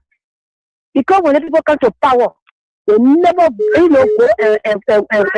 and love it to bring a concession, to bring company to break ground for your own project. So go and really say and buy and 24-hour UST crop and go and really say and Ministry of Information. That the reason you call it say that birthday. Don't thinking so the old man standing down. You will know the old man that came into the club. Yeah, woman was dancing. Carry back. The last time they go play fun out of him. That person we let her see you never was forcing. Person we are let person in our jaw. You go there and ministry like everything you go stand there. It should play fun out of you. Person we are get person for the 2 years experience now. He had a breath. I never play fun the old man because they see before that we play fun in the airway. They say today they got nothing, no project. I was play follow him. And my brother said, he said they help us because he built people, he built murder hospital. I see they hating. They help us. We are for all the things the person we are doing. It mean that you're not doing nothing, but because they hate it, and they're doing it because they ain't got contact. And we see they hate it for the country power today. Every project person we are led today that they want to delegate, they want to say they delegate. See how they go that woman saying that. See how he said that in bed that they say ask a paper for birthday cake. We have money play out of it. So 10-15 and chance of that repo, they still for their that the owner say for the 2 years. And they trying to pay 4 hours today and left our country family and go send on the children pay 4 hours more and they pay 4 hours. Thank you very much, man. Have a nice weekend, madam. Hello. Men's line. No. Hello. Yep. How are you, sir? Fine. Hello. You are on the air. Yeah, about the weather in the Dutch and Heaven Buchanan Smith, son of Brazil. Let me say thank you so much for the present topic. You know, when you say to my Liberian people today, you know the Liberian people made a serious mistake by electing this government which is called president. I always say to people that people say the president got for a 2 year experience, but that is false and misleading. This government has not had no for a 2 year experience. For everything that former president we have left behind, that's why the government rely on. They say, oh yeah, that they own the project. There is nothing new thing I see this government have been done. Says they are 3 years to power. Yeah, last time we having an opinion pool in Buchanan, the radio station radio person. Yes, I was about to be there to defend CDC. And I see nothing put that the police in studio was defending this government because United Party. I said, well, United Party are sure the people mastered it. 3 years we have seen a lot of things taking place in your government. You condemn president, we have all the things. In your government, it wasn't the help because certain government we have to see our best, we can put our feet together and remove the government to order now. Thank you for your opportunity, my brother. Thank you too for calling. Have a nice day. Hello. Thank you. How are you? Yeah, fine. Yeah, this is Edward Carver, Prime Member of Concern Library for Justice. And you remember yesterday what you read? These are the fragmented projects that the UN coordinator was talking about. These are the fragmented projects. That is not project there. You know, because the president is less busy, he doesn't have control over himself. He will allow ministers to play on him. Okay, there was a situation somewhere there in Bong County during the campaign. And the point when they did something on the market, that was not the market that President Weah wanted. When he drove in and saw the market bidding, He got in a car, he drove away. So the poor boy said, why the president going? Some of the poor guy, he found the post there, the president was not started power with the building, so he just told the agent that they should turn around and go back. That is not the representation of the president. So a year ago, you put money in the budget. Our money, you put it in the budget. So you want to renovate. But because you did little thing, you presented a bigger budget for that which you did. So to justify that you did something tangible, you will have to drag a president there to go sit down and lead his business schedule. Yesterday, even up the jaw after 4 o'clock when President we went to go do something of his home to stretch free. He will say he left the jaw and went to go do something that he was late visit. So what is that? I know for that, there was serious restriction in at that end today, only because the president was going to sit down in the office of the minister to watch video. These are the development that they are talking about, development. Right up to then, that's how he portrayed himself, exactly how they were dragging all over because he doesn't have any control of himself. As a Prophet Key, welcome. He good that he said he will rebrand. And don't see how that play. I know you'll be on your way to take on spoon tour that you're doing right now. So thank you, man. Have a nice weekend. Yeah, wish you the same too, Mokai.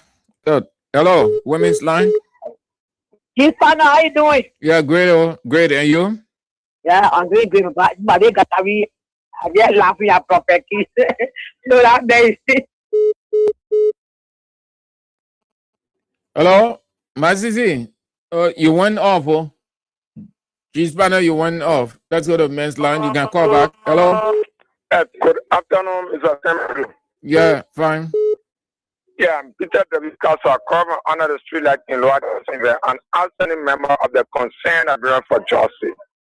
And Mr. Sam Andrew, firstly, let me extend my thanks and appreciation to the Nigerian Bar Association for their invite and to His Excellency Dr. Johnson Uya to speak and on that particular occasion. On that day, we glued to our radio and our the very electronic gadget to listen to an excellent deliberation.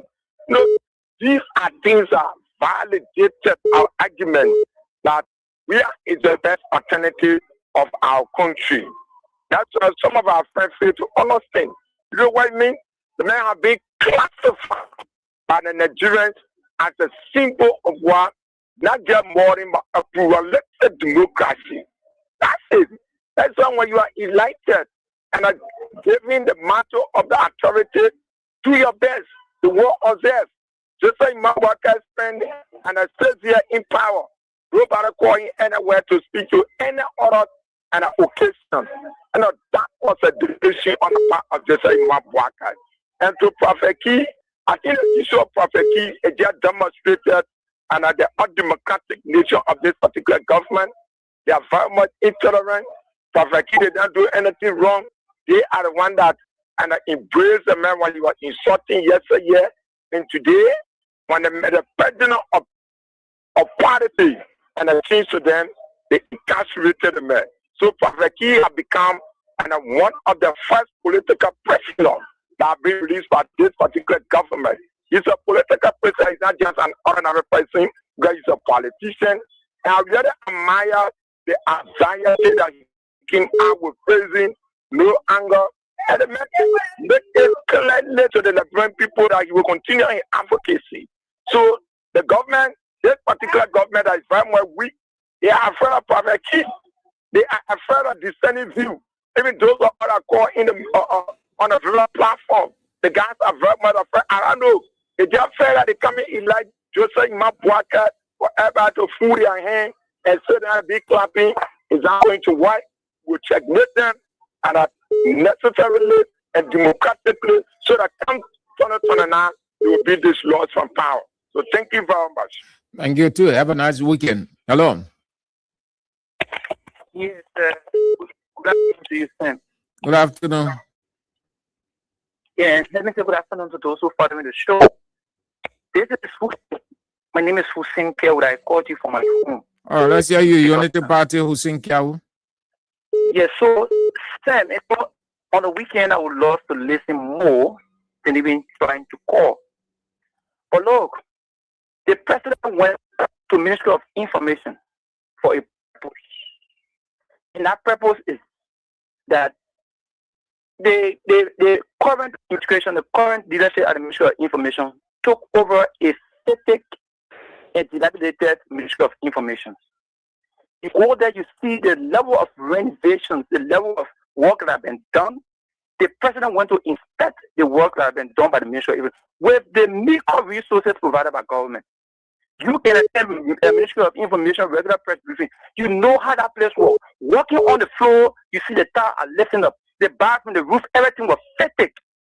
When this administration took over, so what CDC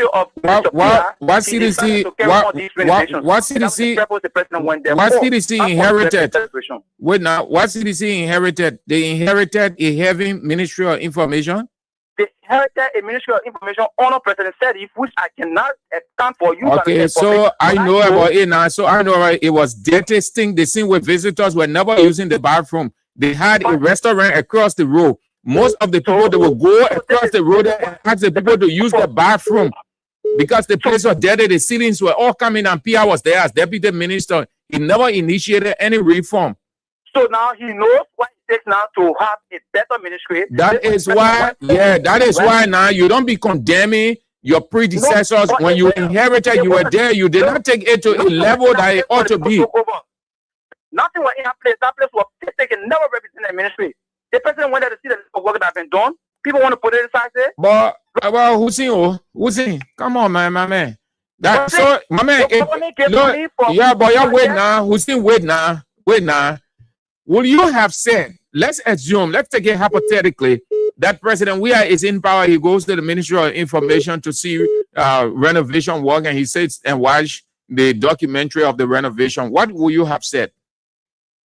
In person, if you ask me as careful, right? What would you have said if that was Weah? That would have acknowledged that leadership. That leadership because the government spends money somewhere. You say, what would you have said had it been Weah sitting down and watching the minister documentary on renovation? Figure-headed person or idiots. And not. Hey, my man, later, I ask you a simple question and you say figure-headed or what? Hello? You're Unity Party people, you're misguided, eh? Yeah, let's hear you here. Yes, man. How you doing? Yeah, Unity Party, man. Yes, it is Emmanuel Smith. I'm phoning this evening from my residence. Yeah. Yeah, I think I said like Comrade Hussein just stated. I think the visit of the president was also having informed with the level of work done at the Ministry of Information. And I think, Stan, if I were in your position. So, my man, your president, he know that it is the responsibility. So, why Boga appointed? Why the president can appoint? No, sir. No. Why do you give your son or your daughter responsibility? I gave my son and my daughter responsibility to take certain initiative. Right? Now, it becomes an obligation. Yeah, it becomes an obligation.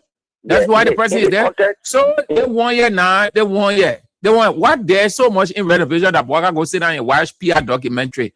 I mean, that lazy president. That less busy of a president. Okay, that's a choice of words, right? I'm not going to tell you what to say, but I'll tell you the reality. And the reality is that the ministry that were inherited by Mr. Pierre and the rest of the folks was completely dilapidated. And the same way CDC inherited a dilapidated ministry from. I don't want to think so. You don't want to think so? You see why I can call you all? So because if it were the case like you stating, seditious are posterior people. Let me borrow your words, right? But listen, no, sedition don't have to talk. Listen, wait now. Every time I talk about that place, I use myself as a reference. I don't wait for no sedition. Listen, But PR was there. Ask PR. Say, ask PR about St. Andrews covering that ministry. Ask, wait, my man, wait now, chief. Wait, my man. I'm not second guessing thing I'm doing here. I say, ask PR. PR is the Minister of Information. Ask Lauren Famule. Lauren Famule is the Director for Media Relations. I can call more than 10 to 15 persons name in a place that they stay there from PR's time. You all hear me say, ask this person. PR then they sat down over there. Visitors never used to use that bathroom. That bathroom in many days it was locked. Even to get water, that place was dirty. It was nasty. It was still many days that CBC people inherited. So why extra in it? That when he renovate a place, then he renovate. Say that the minister here put the ceiling up. The other minister put the ceiling up. But the people renovated. Just as they get a dilapidated, they transform. Every institution, every minister comes with his own, just as every coach goes with his own policy. Hello. You want to say all the things now? You will be the reason why we'll not be accepting your year. Because when you call, instead of your intellectualizing, you won't try to be so subjective. If you know that it was better, call on United Party radio station and say, as much as we are tolerating, we're not stupid. Don't do that. I'm telling you about the place. The place are using words intentionally. The place was dirty, stink. I said, Pia, go there and say St. Andrews and see what Pia will say. I don't know that man. Lawrence Famule, who was there as the director? We were there. We used to see that place. You go in that place, you hold your nose. On a PR then, as deputy minister, that place will hold your nose and you in bathroom. Women there. The women are going there because they can't go anywhere for the men part. They can go in something that corner, but women no. They used to force it. They used to try. Most of them got sick. Under your United Party Ministry of Information. Let's hear you, yeah. Hello. Yeah, welcome, Mr. Andrew. Yeah. Yeah, I'm just watching this about calling from the rejection of this petition by Levy. No, perhaps Prophet may be accepted because it came from jail.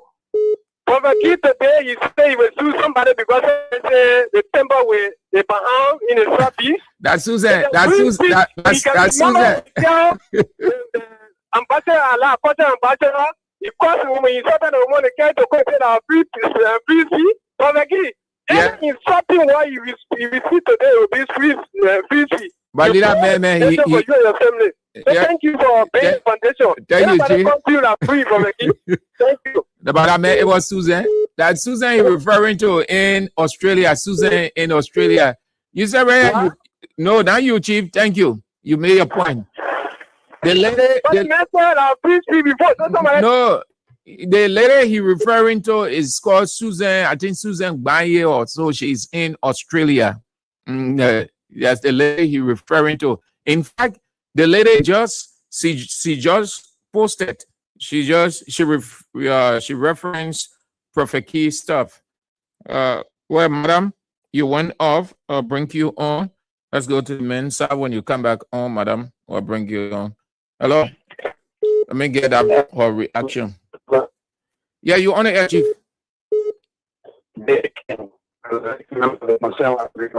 My man, your line is always what happened. Where you call from? Yeah, every time I listen to you, this in the jungle. Yeah, but your line is always cracking. Am I okay now? Yeah, a little. Yeah, okay. Andrew, you know, quite disturbing. Quite disturbing to listen to the sycophants from United Party. Honor Minister Minister here as deputy honor to see it. That ministry was dirty. It was very, very, very dirty. So the CC inherited that ministry. In fact, the CC did not even get vehicle for that ministry. You have people over there who were appointed by President Weah, they were using their private vehicles. The United Party stole all of the vehicles, they took it away. Okay? So today, when you go and wrapping on the house, and you put a few air conditioners there, and you want for the whole Liberia gallon and clapping for you, no, we will not do that. We will not clap. Joseph Boakai was giving a responsibility to carry out, but because he's not a workaholic old man, this is why when somebody would rub pin on a house, they will call in there and say, "Oh man, can see how we're rubbing the pin." He's an unserious old man. Not an unserious president. He do not have anything at hand to work with. So he see those little things as something big. Like when the UN Special Representative said they are doing fragmented project, it is very much fragmented because this is a printing process you carry on. You know what? There anything major over there. All right. Anyway, in fact, you are turning that place into a video club, a theater where you sit down to watch Barcelona playing and Real Madrid, see, and everybody clapping. We saw that with the World Cup when you were cheering for Messi, clapping here, going and coming back. I mean, you're not serious, man, Pierre. So I think the guys from wherever beyond NTA who will be calling and be that you sit down and hold a little sit out and give them the call. Emmanuel Smith has always been in here, they're not in chief venue, teaching the factory, so that the ones that will can be giving a little money for to be buying card, and he sit there and run him out. So you did not do anything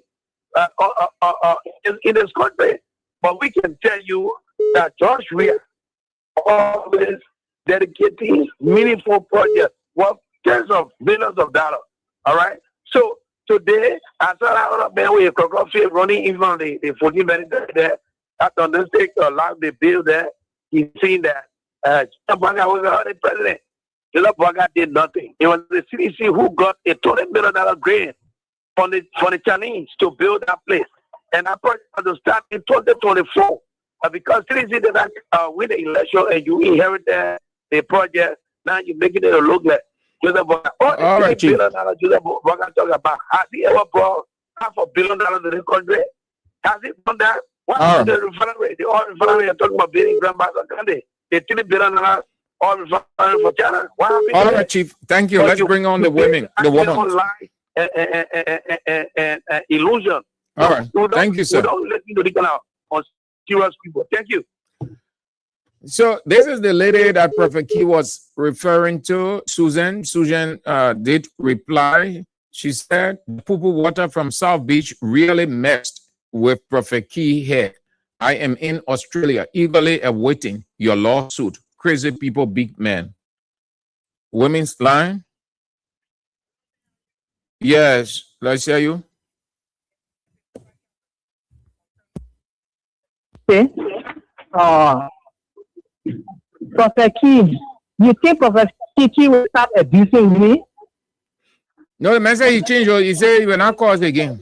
Oh, thank God. I hope so. He shouldn't just talk because he feels like talking because monkey can change a blind hand. When a blind, the people as they say it will not change. So Prophet Key will not change.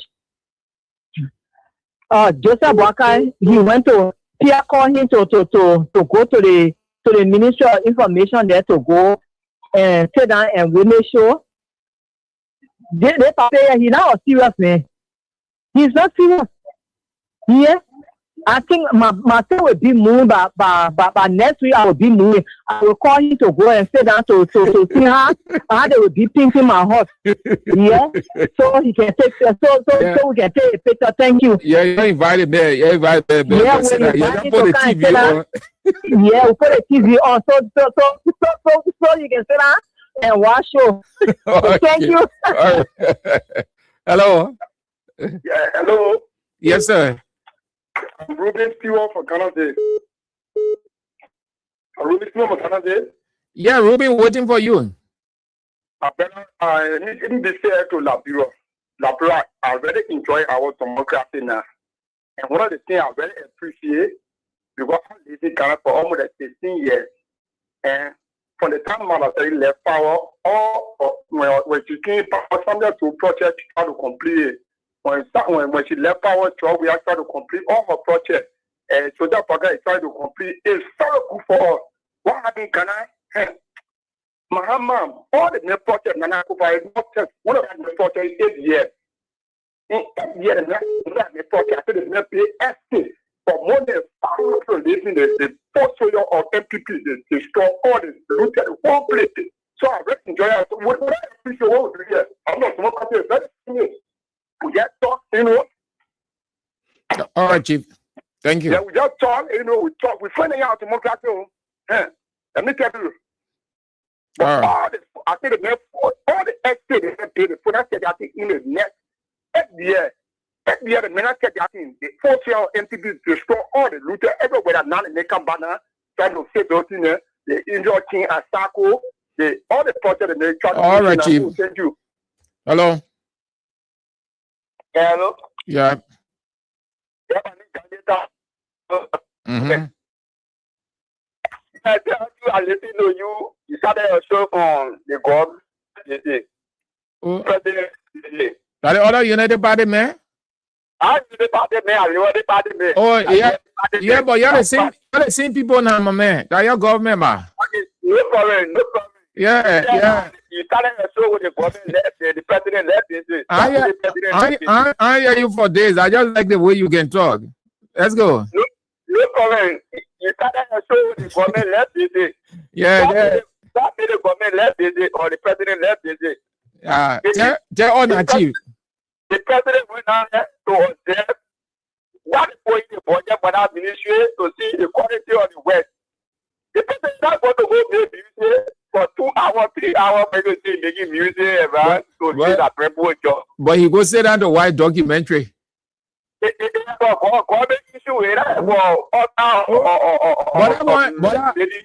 I want dancing is about government too now. So to go Yeah. But in the man produced Ebola song. The man made different song messages that even UN use in their messages of peace and Ebola around the world. What is only? I'm gonna tell you. You buy let you because you tolerant. You come with that intellectual ability. None of the other ones that won't be so subjective that they know it all. Let's hear you, Chief. Conclude. Okay, to just conclude, this government very responsible and make sure they have experience this political job. So why don't they come to the government? Even the government want to go to for 12 years, they have very to go for 12 years. But why would you say want to go? Just say we're going 200 years. Your party chairman said 200 years. Yeah, because why emotion, security, what the AFL, what the ERU, everything. Yeah, we want to go for 12 years. Yeah, so we have to wait for 20 now. No, not 12 years. Say eternity. Say eternity. You'll be there forever and ever. No problem. The president went out to observe. You come out of the my man, that lazy president, a weak president, I mean a busy Bito. Go sit down to go watch subordinate documentary, subordinate go look at renovation. But at the city now, I see it so everybody now. Hey, my man, sing that scene. Whether you can make higher sin or B sin or sing that sin. Now the sin. God say everything that sin. The man who go, you say the man go sit down for 48 days, and the other man go sit down for 45 minutes watching documentary, leave it off it. Just sit down to watch show. That is sin thing. All right, I see you, Chief. Thank you. Okay. United Party, he is an intellectual. He is tolerant. None of the other one. They can all let it know all the true subjective nonsense. Let's hear you, and then we'll go. Well, I've done Mr. Andrew. Yeah. I'm thinking according from Broad Street. Mr. Andrew, while hearing our late brothers and saying something, when they say no, the definition of government, I can laugh. So if now that person can go somewhere, then he had to do have impact in the country. Person where I say Bugaya. So we get a video on our phone here doing anniversary every year and make a wedding anniversary. So what will happen the time you're about president? So that time when I'm married. But you see the thing the man did it last time. The man went to the vow renewal ceremony of Senator Momo Sarah. He go dance with a man wife. He leave a wife. He go dance with somebody wife. Yeah. That time when I'm president. Now one day brothers and one Senate this couldn't talk say about president. We are every time president we are do something. People pay for it. That go back to all his son. What you say his son? Go back to that comment back. Everything a president we are doing or do, it has impact for our country positively. Now that may come and say, oh, one good thing, any person that is ever say, or go, or come from, or do, have impact our country. I said one, I was saying 10 and that's faster. You know, I want this brother say, when they know where and how to talk, the mother get and talk. You want to be somebody or the person that we are. President of the guy, I say, we go. Tomorrow, I say, okay, you put money in the game, so what would do we go in? Is that what we're going to do? It? You know what? And then I said that the job what they gain, that small board, female job they get a small board. So they female what get a job now. But go be party and go be winning football game. All right, Chief.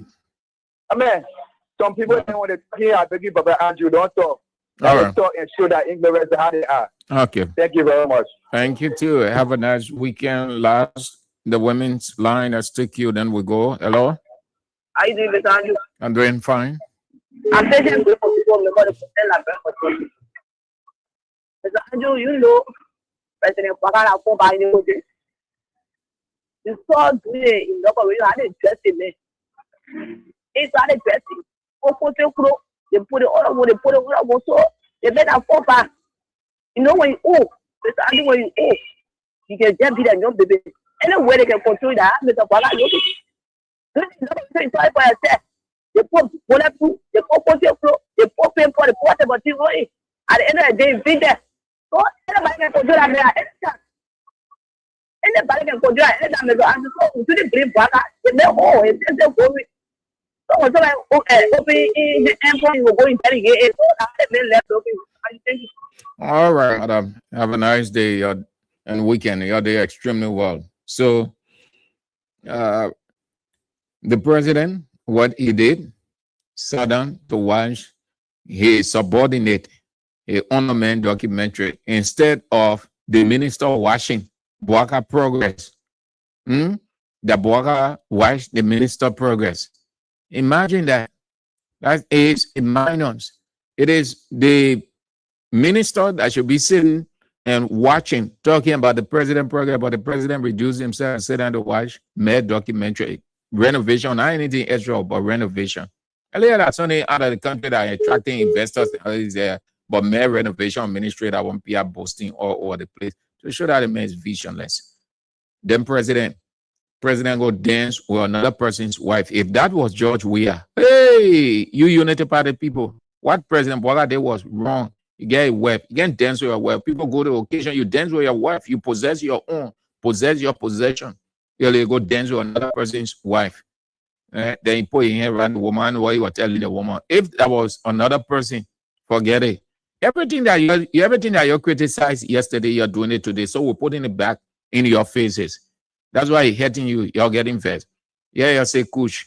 At least you say kush. Your own, you say cocaine. Yeah. It's not easy now. No way to get off your hand. Yeah. Kwabo is saying that everything the police got, whom they said he escorted the drug, he is saying that everything they brought against him, it is a lie. He's seeking bail and he's ready to explain everything that happened. BB names coming on your way. You just hold on. All right. So let's go home now. Let's go home on a sporting note. The leagues are about to start around the world. Yes, we are about to enjoy football again after the World Cup.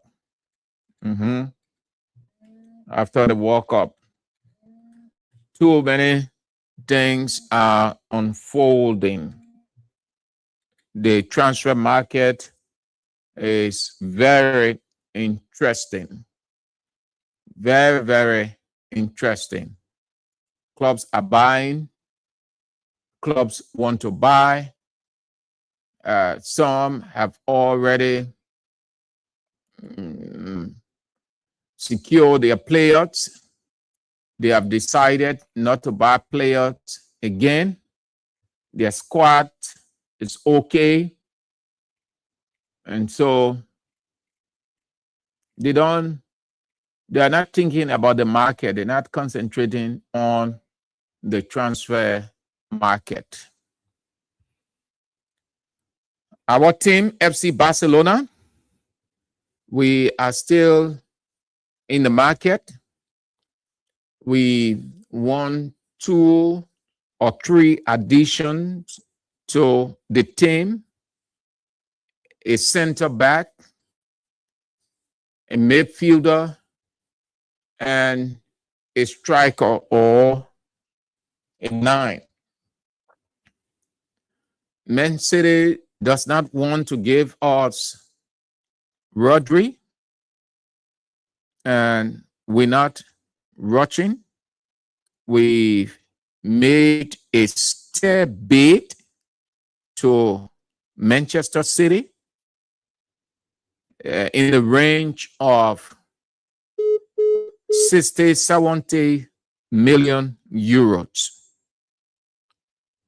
We think that that money is more than enough for a player who has a year on his contract. If Manchester City cannot accept our 4th bid, we can live with our Rodri. Manchester City can have him. He informed Manchester City formally not to allow him join the training session as the discussion continued to leave Manchester City for Barcelona. Manchester City will pay less attention to that, and they still want Rodri to return to training. But it doesn't stop the player from leaving. The player can return to training while the discussions are ongoing. Once it has reached the completion, the club will delist everything of that player. That means the player will not be registered for the league. The player name will be removed from on all of anything future apart from the history the person made. So there where we are, Barcelona is still confident of signing Rodri, as he made it clear he wants to leave too. On the other side of it, the transfer window, Manchester City wants Chelsea midfielder Enzo. And Chelsea is saying that they have not received any official bid for Enzo Fernandez. They have not received any official bid. And that they said if Manchester City wants to sign Enzo Fernandez from Chelsea, then it will be in the range of 120 million pounds. 120 million pounds. Too much of a money. They don't want to give us Rodri. They're demanding more money. But they want Enzo Fernandez from Chelsea for small money.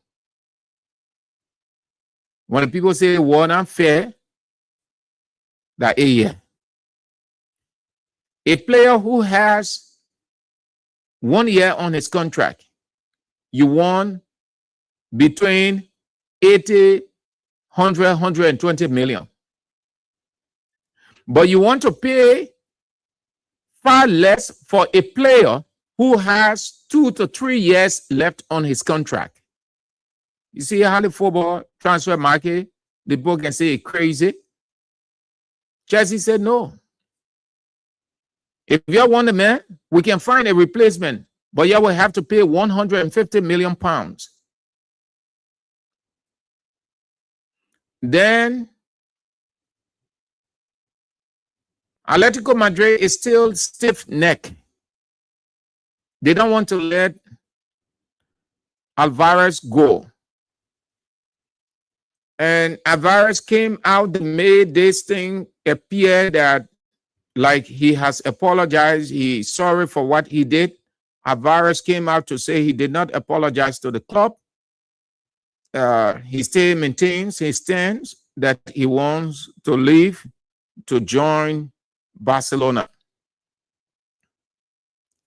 They are still talking. They have not given up yet.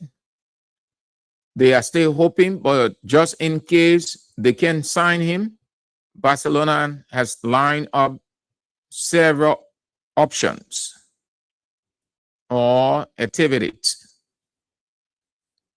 or names, just in case they cannot get him. And the thing about it is, whenever Barcelona and Real Madrid want you, it is not good to delay, because for Barcelona and Real Madrid, they are once in a lifetime.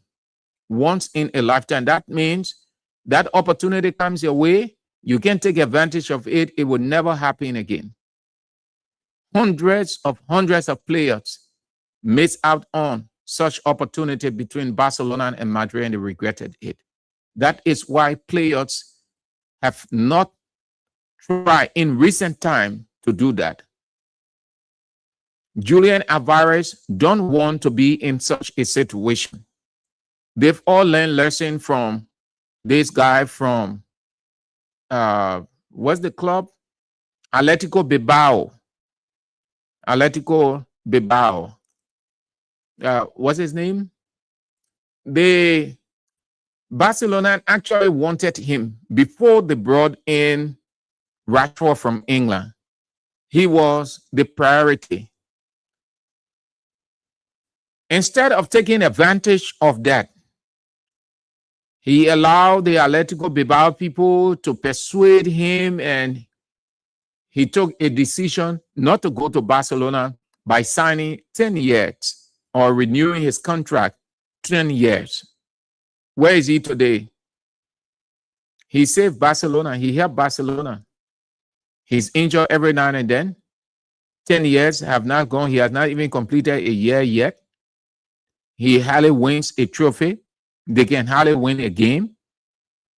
Sometimes in life, you just want to move into new venture. You see what is happening to him now? He's playing football like he retired. So Julian Alvarez don't want to be like that Atletico Bilbao man who say, no, Barcelona, though you call me, but no, I listen to my people are staying. Atletico Madrid is not competitive as compared to Real Madrid and Barcelona in terms of brand. Atletico Madrid is not a brand club. They may be competitive on the field, but they are not a brand club. They are not a brand club. There is no club at the level of Barcelona and Real Madrid. The whole world, all the clubs in the world, all the football clubs in the world, their big brothers are Barcelona and Real Madrid. That is why when these two people are about to play, or when they are playing, the entire world come to a standstill. Everybody stop what they are doing to watch those two people play. Who does not want to play for Barcelona or Real Madrid? It is a once-in-a-lifetime opportunity.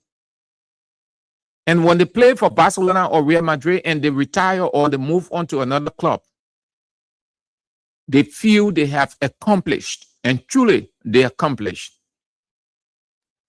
Atletico Madrid is not a competitor.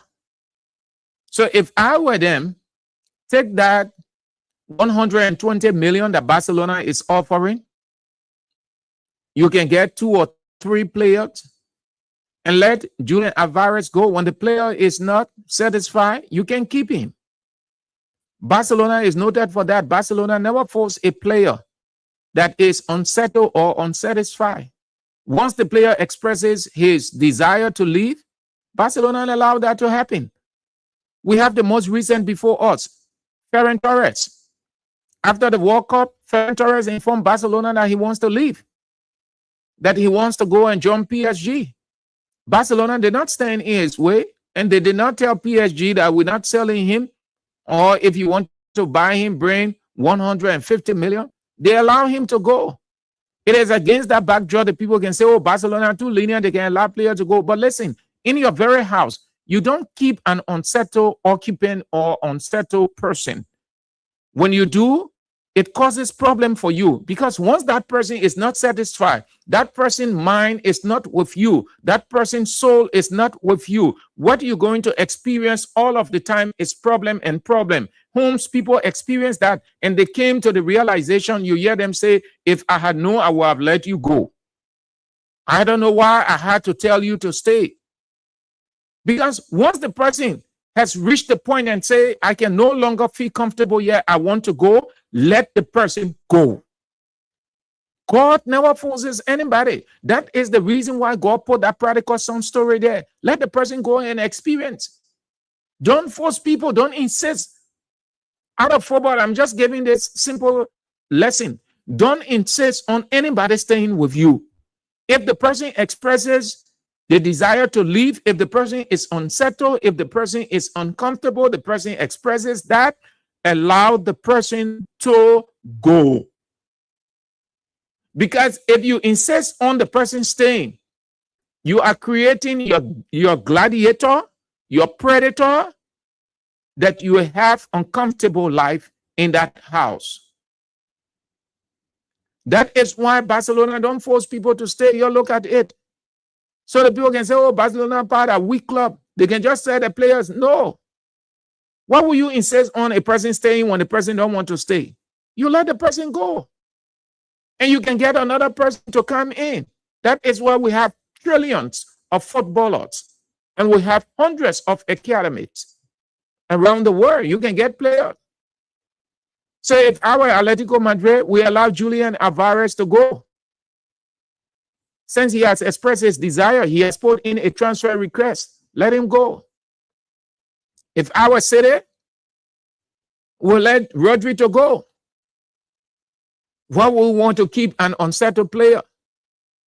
Moreover, the player has 1 year on his contract. I told you people yesterday of the Kylian Mbappe strategy. PSG regretted that, and they decided not to do that again.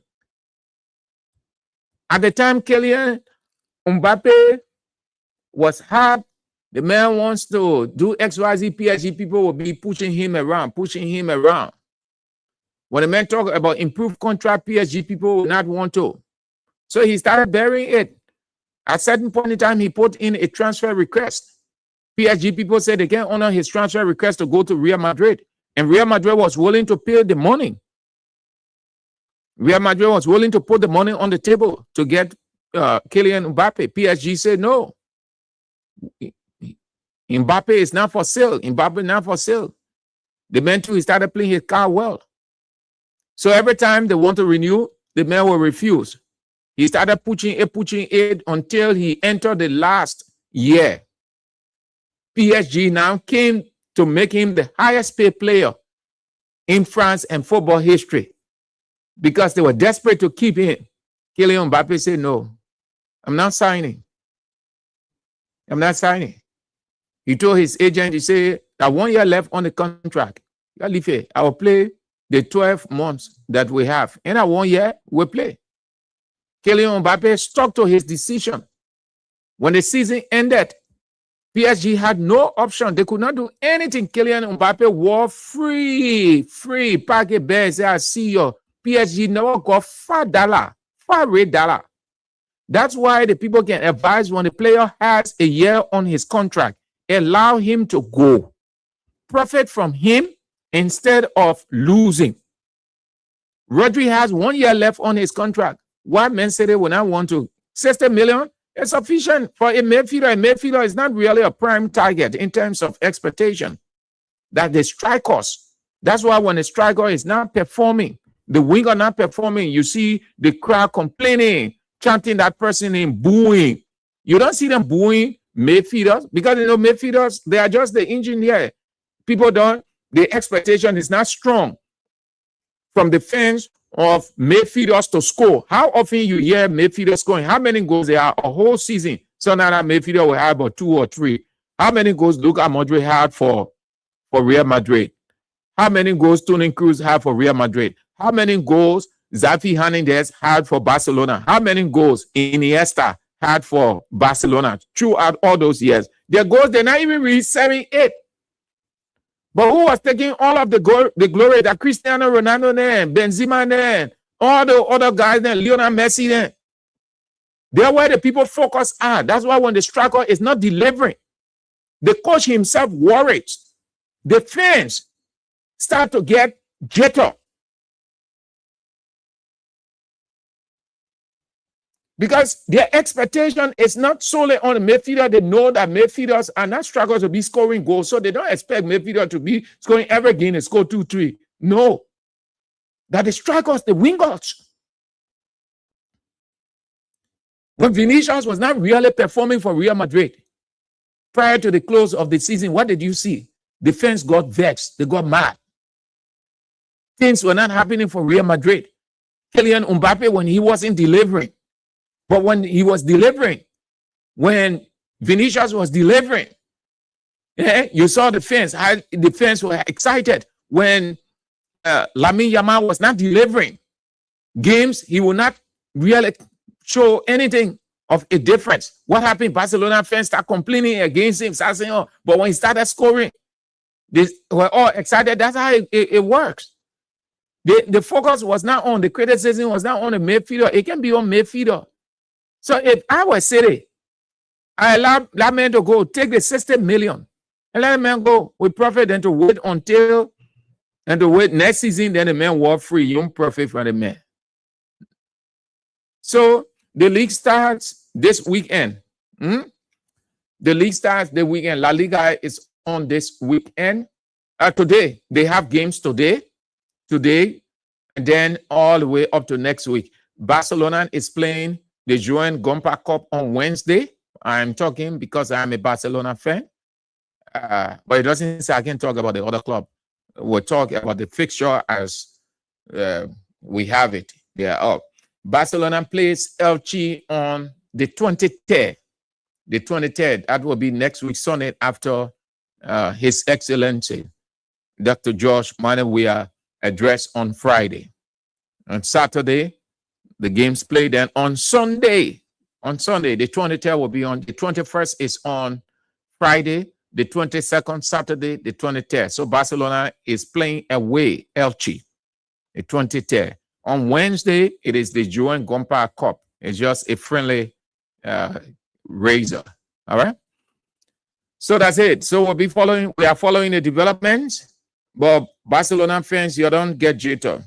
You don't be complaining that Barcelona not signing, they're not doing this. No, the transfer market, we don't compete. We don't compete. Clubs don't compete. If your club didn't sign, it doesn't say they will not win trophy. They will win. Just wait. So we see you. That's all the time we got.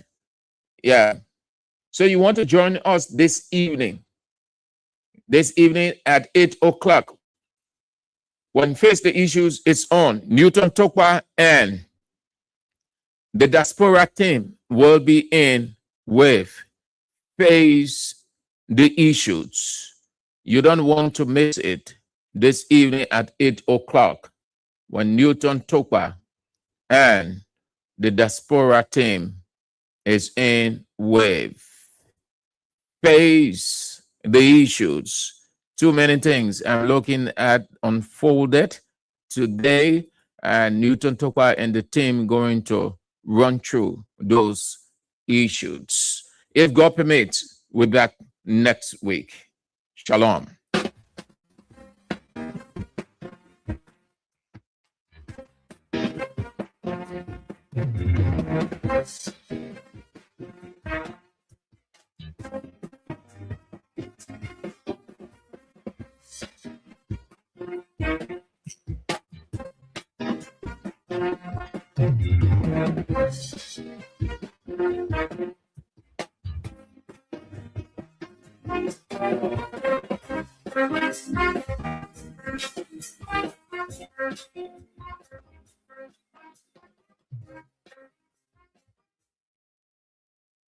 From the latest news to your favorite tunes, We've got your back morning, night, and afternoon. Join our family, connect with your crew. Kings FM 88.5, just for you.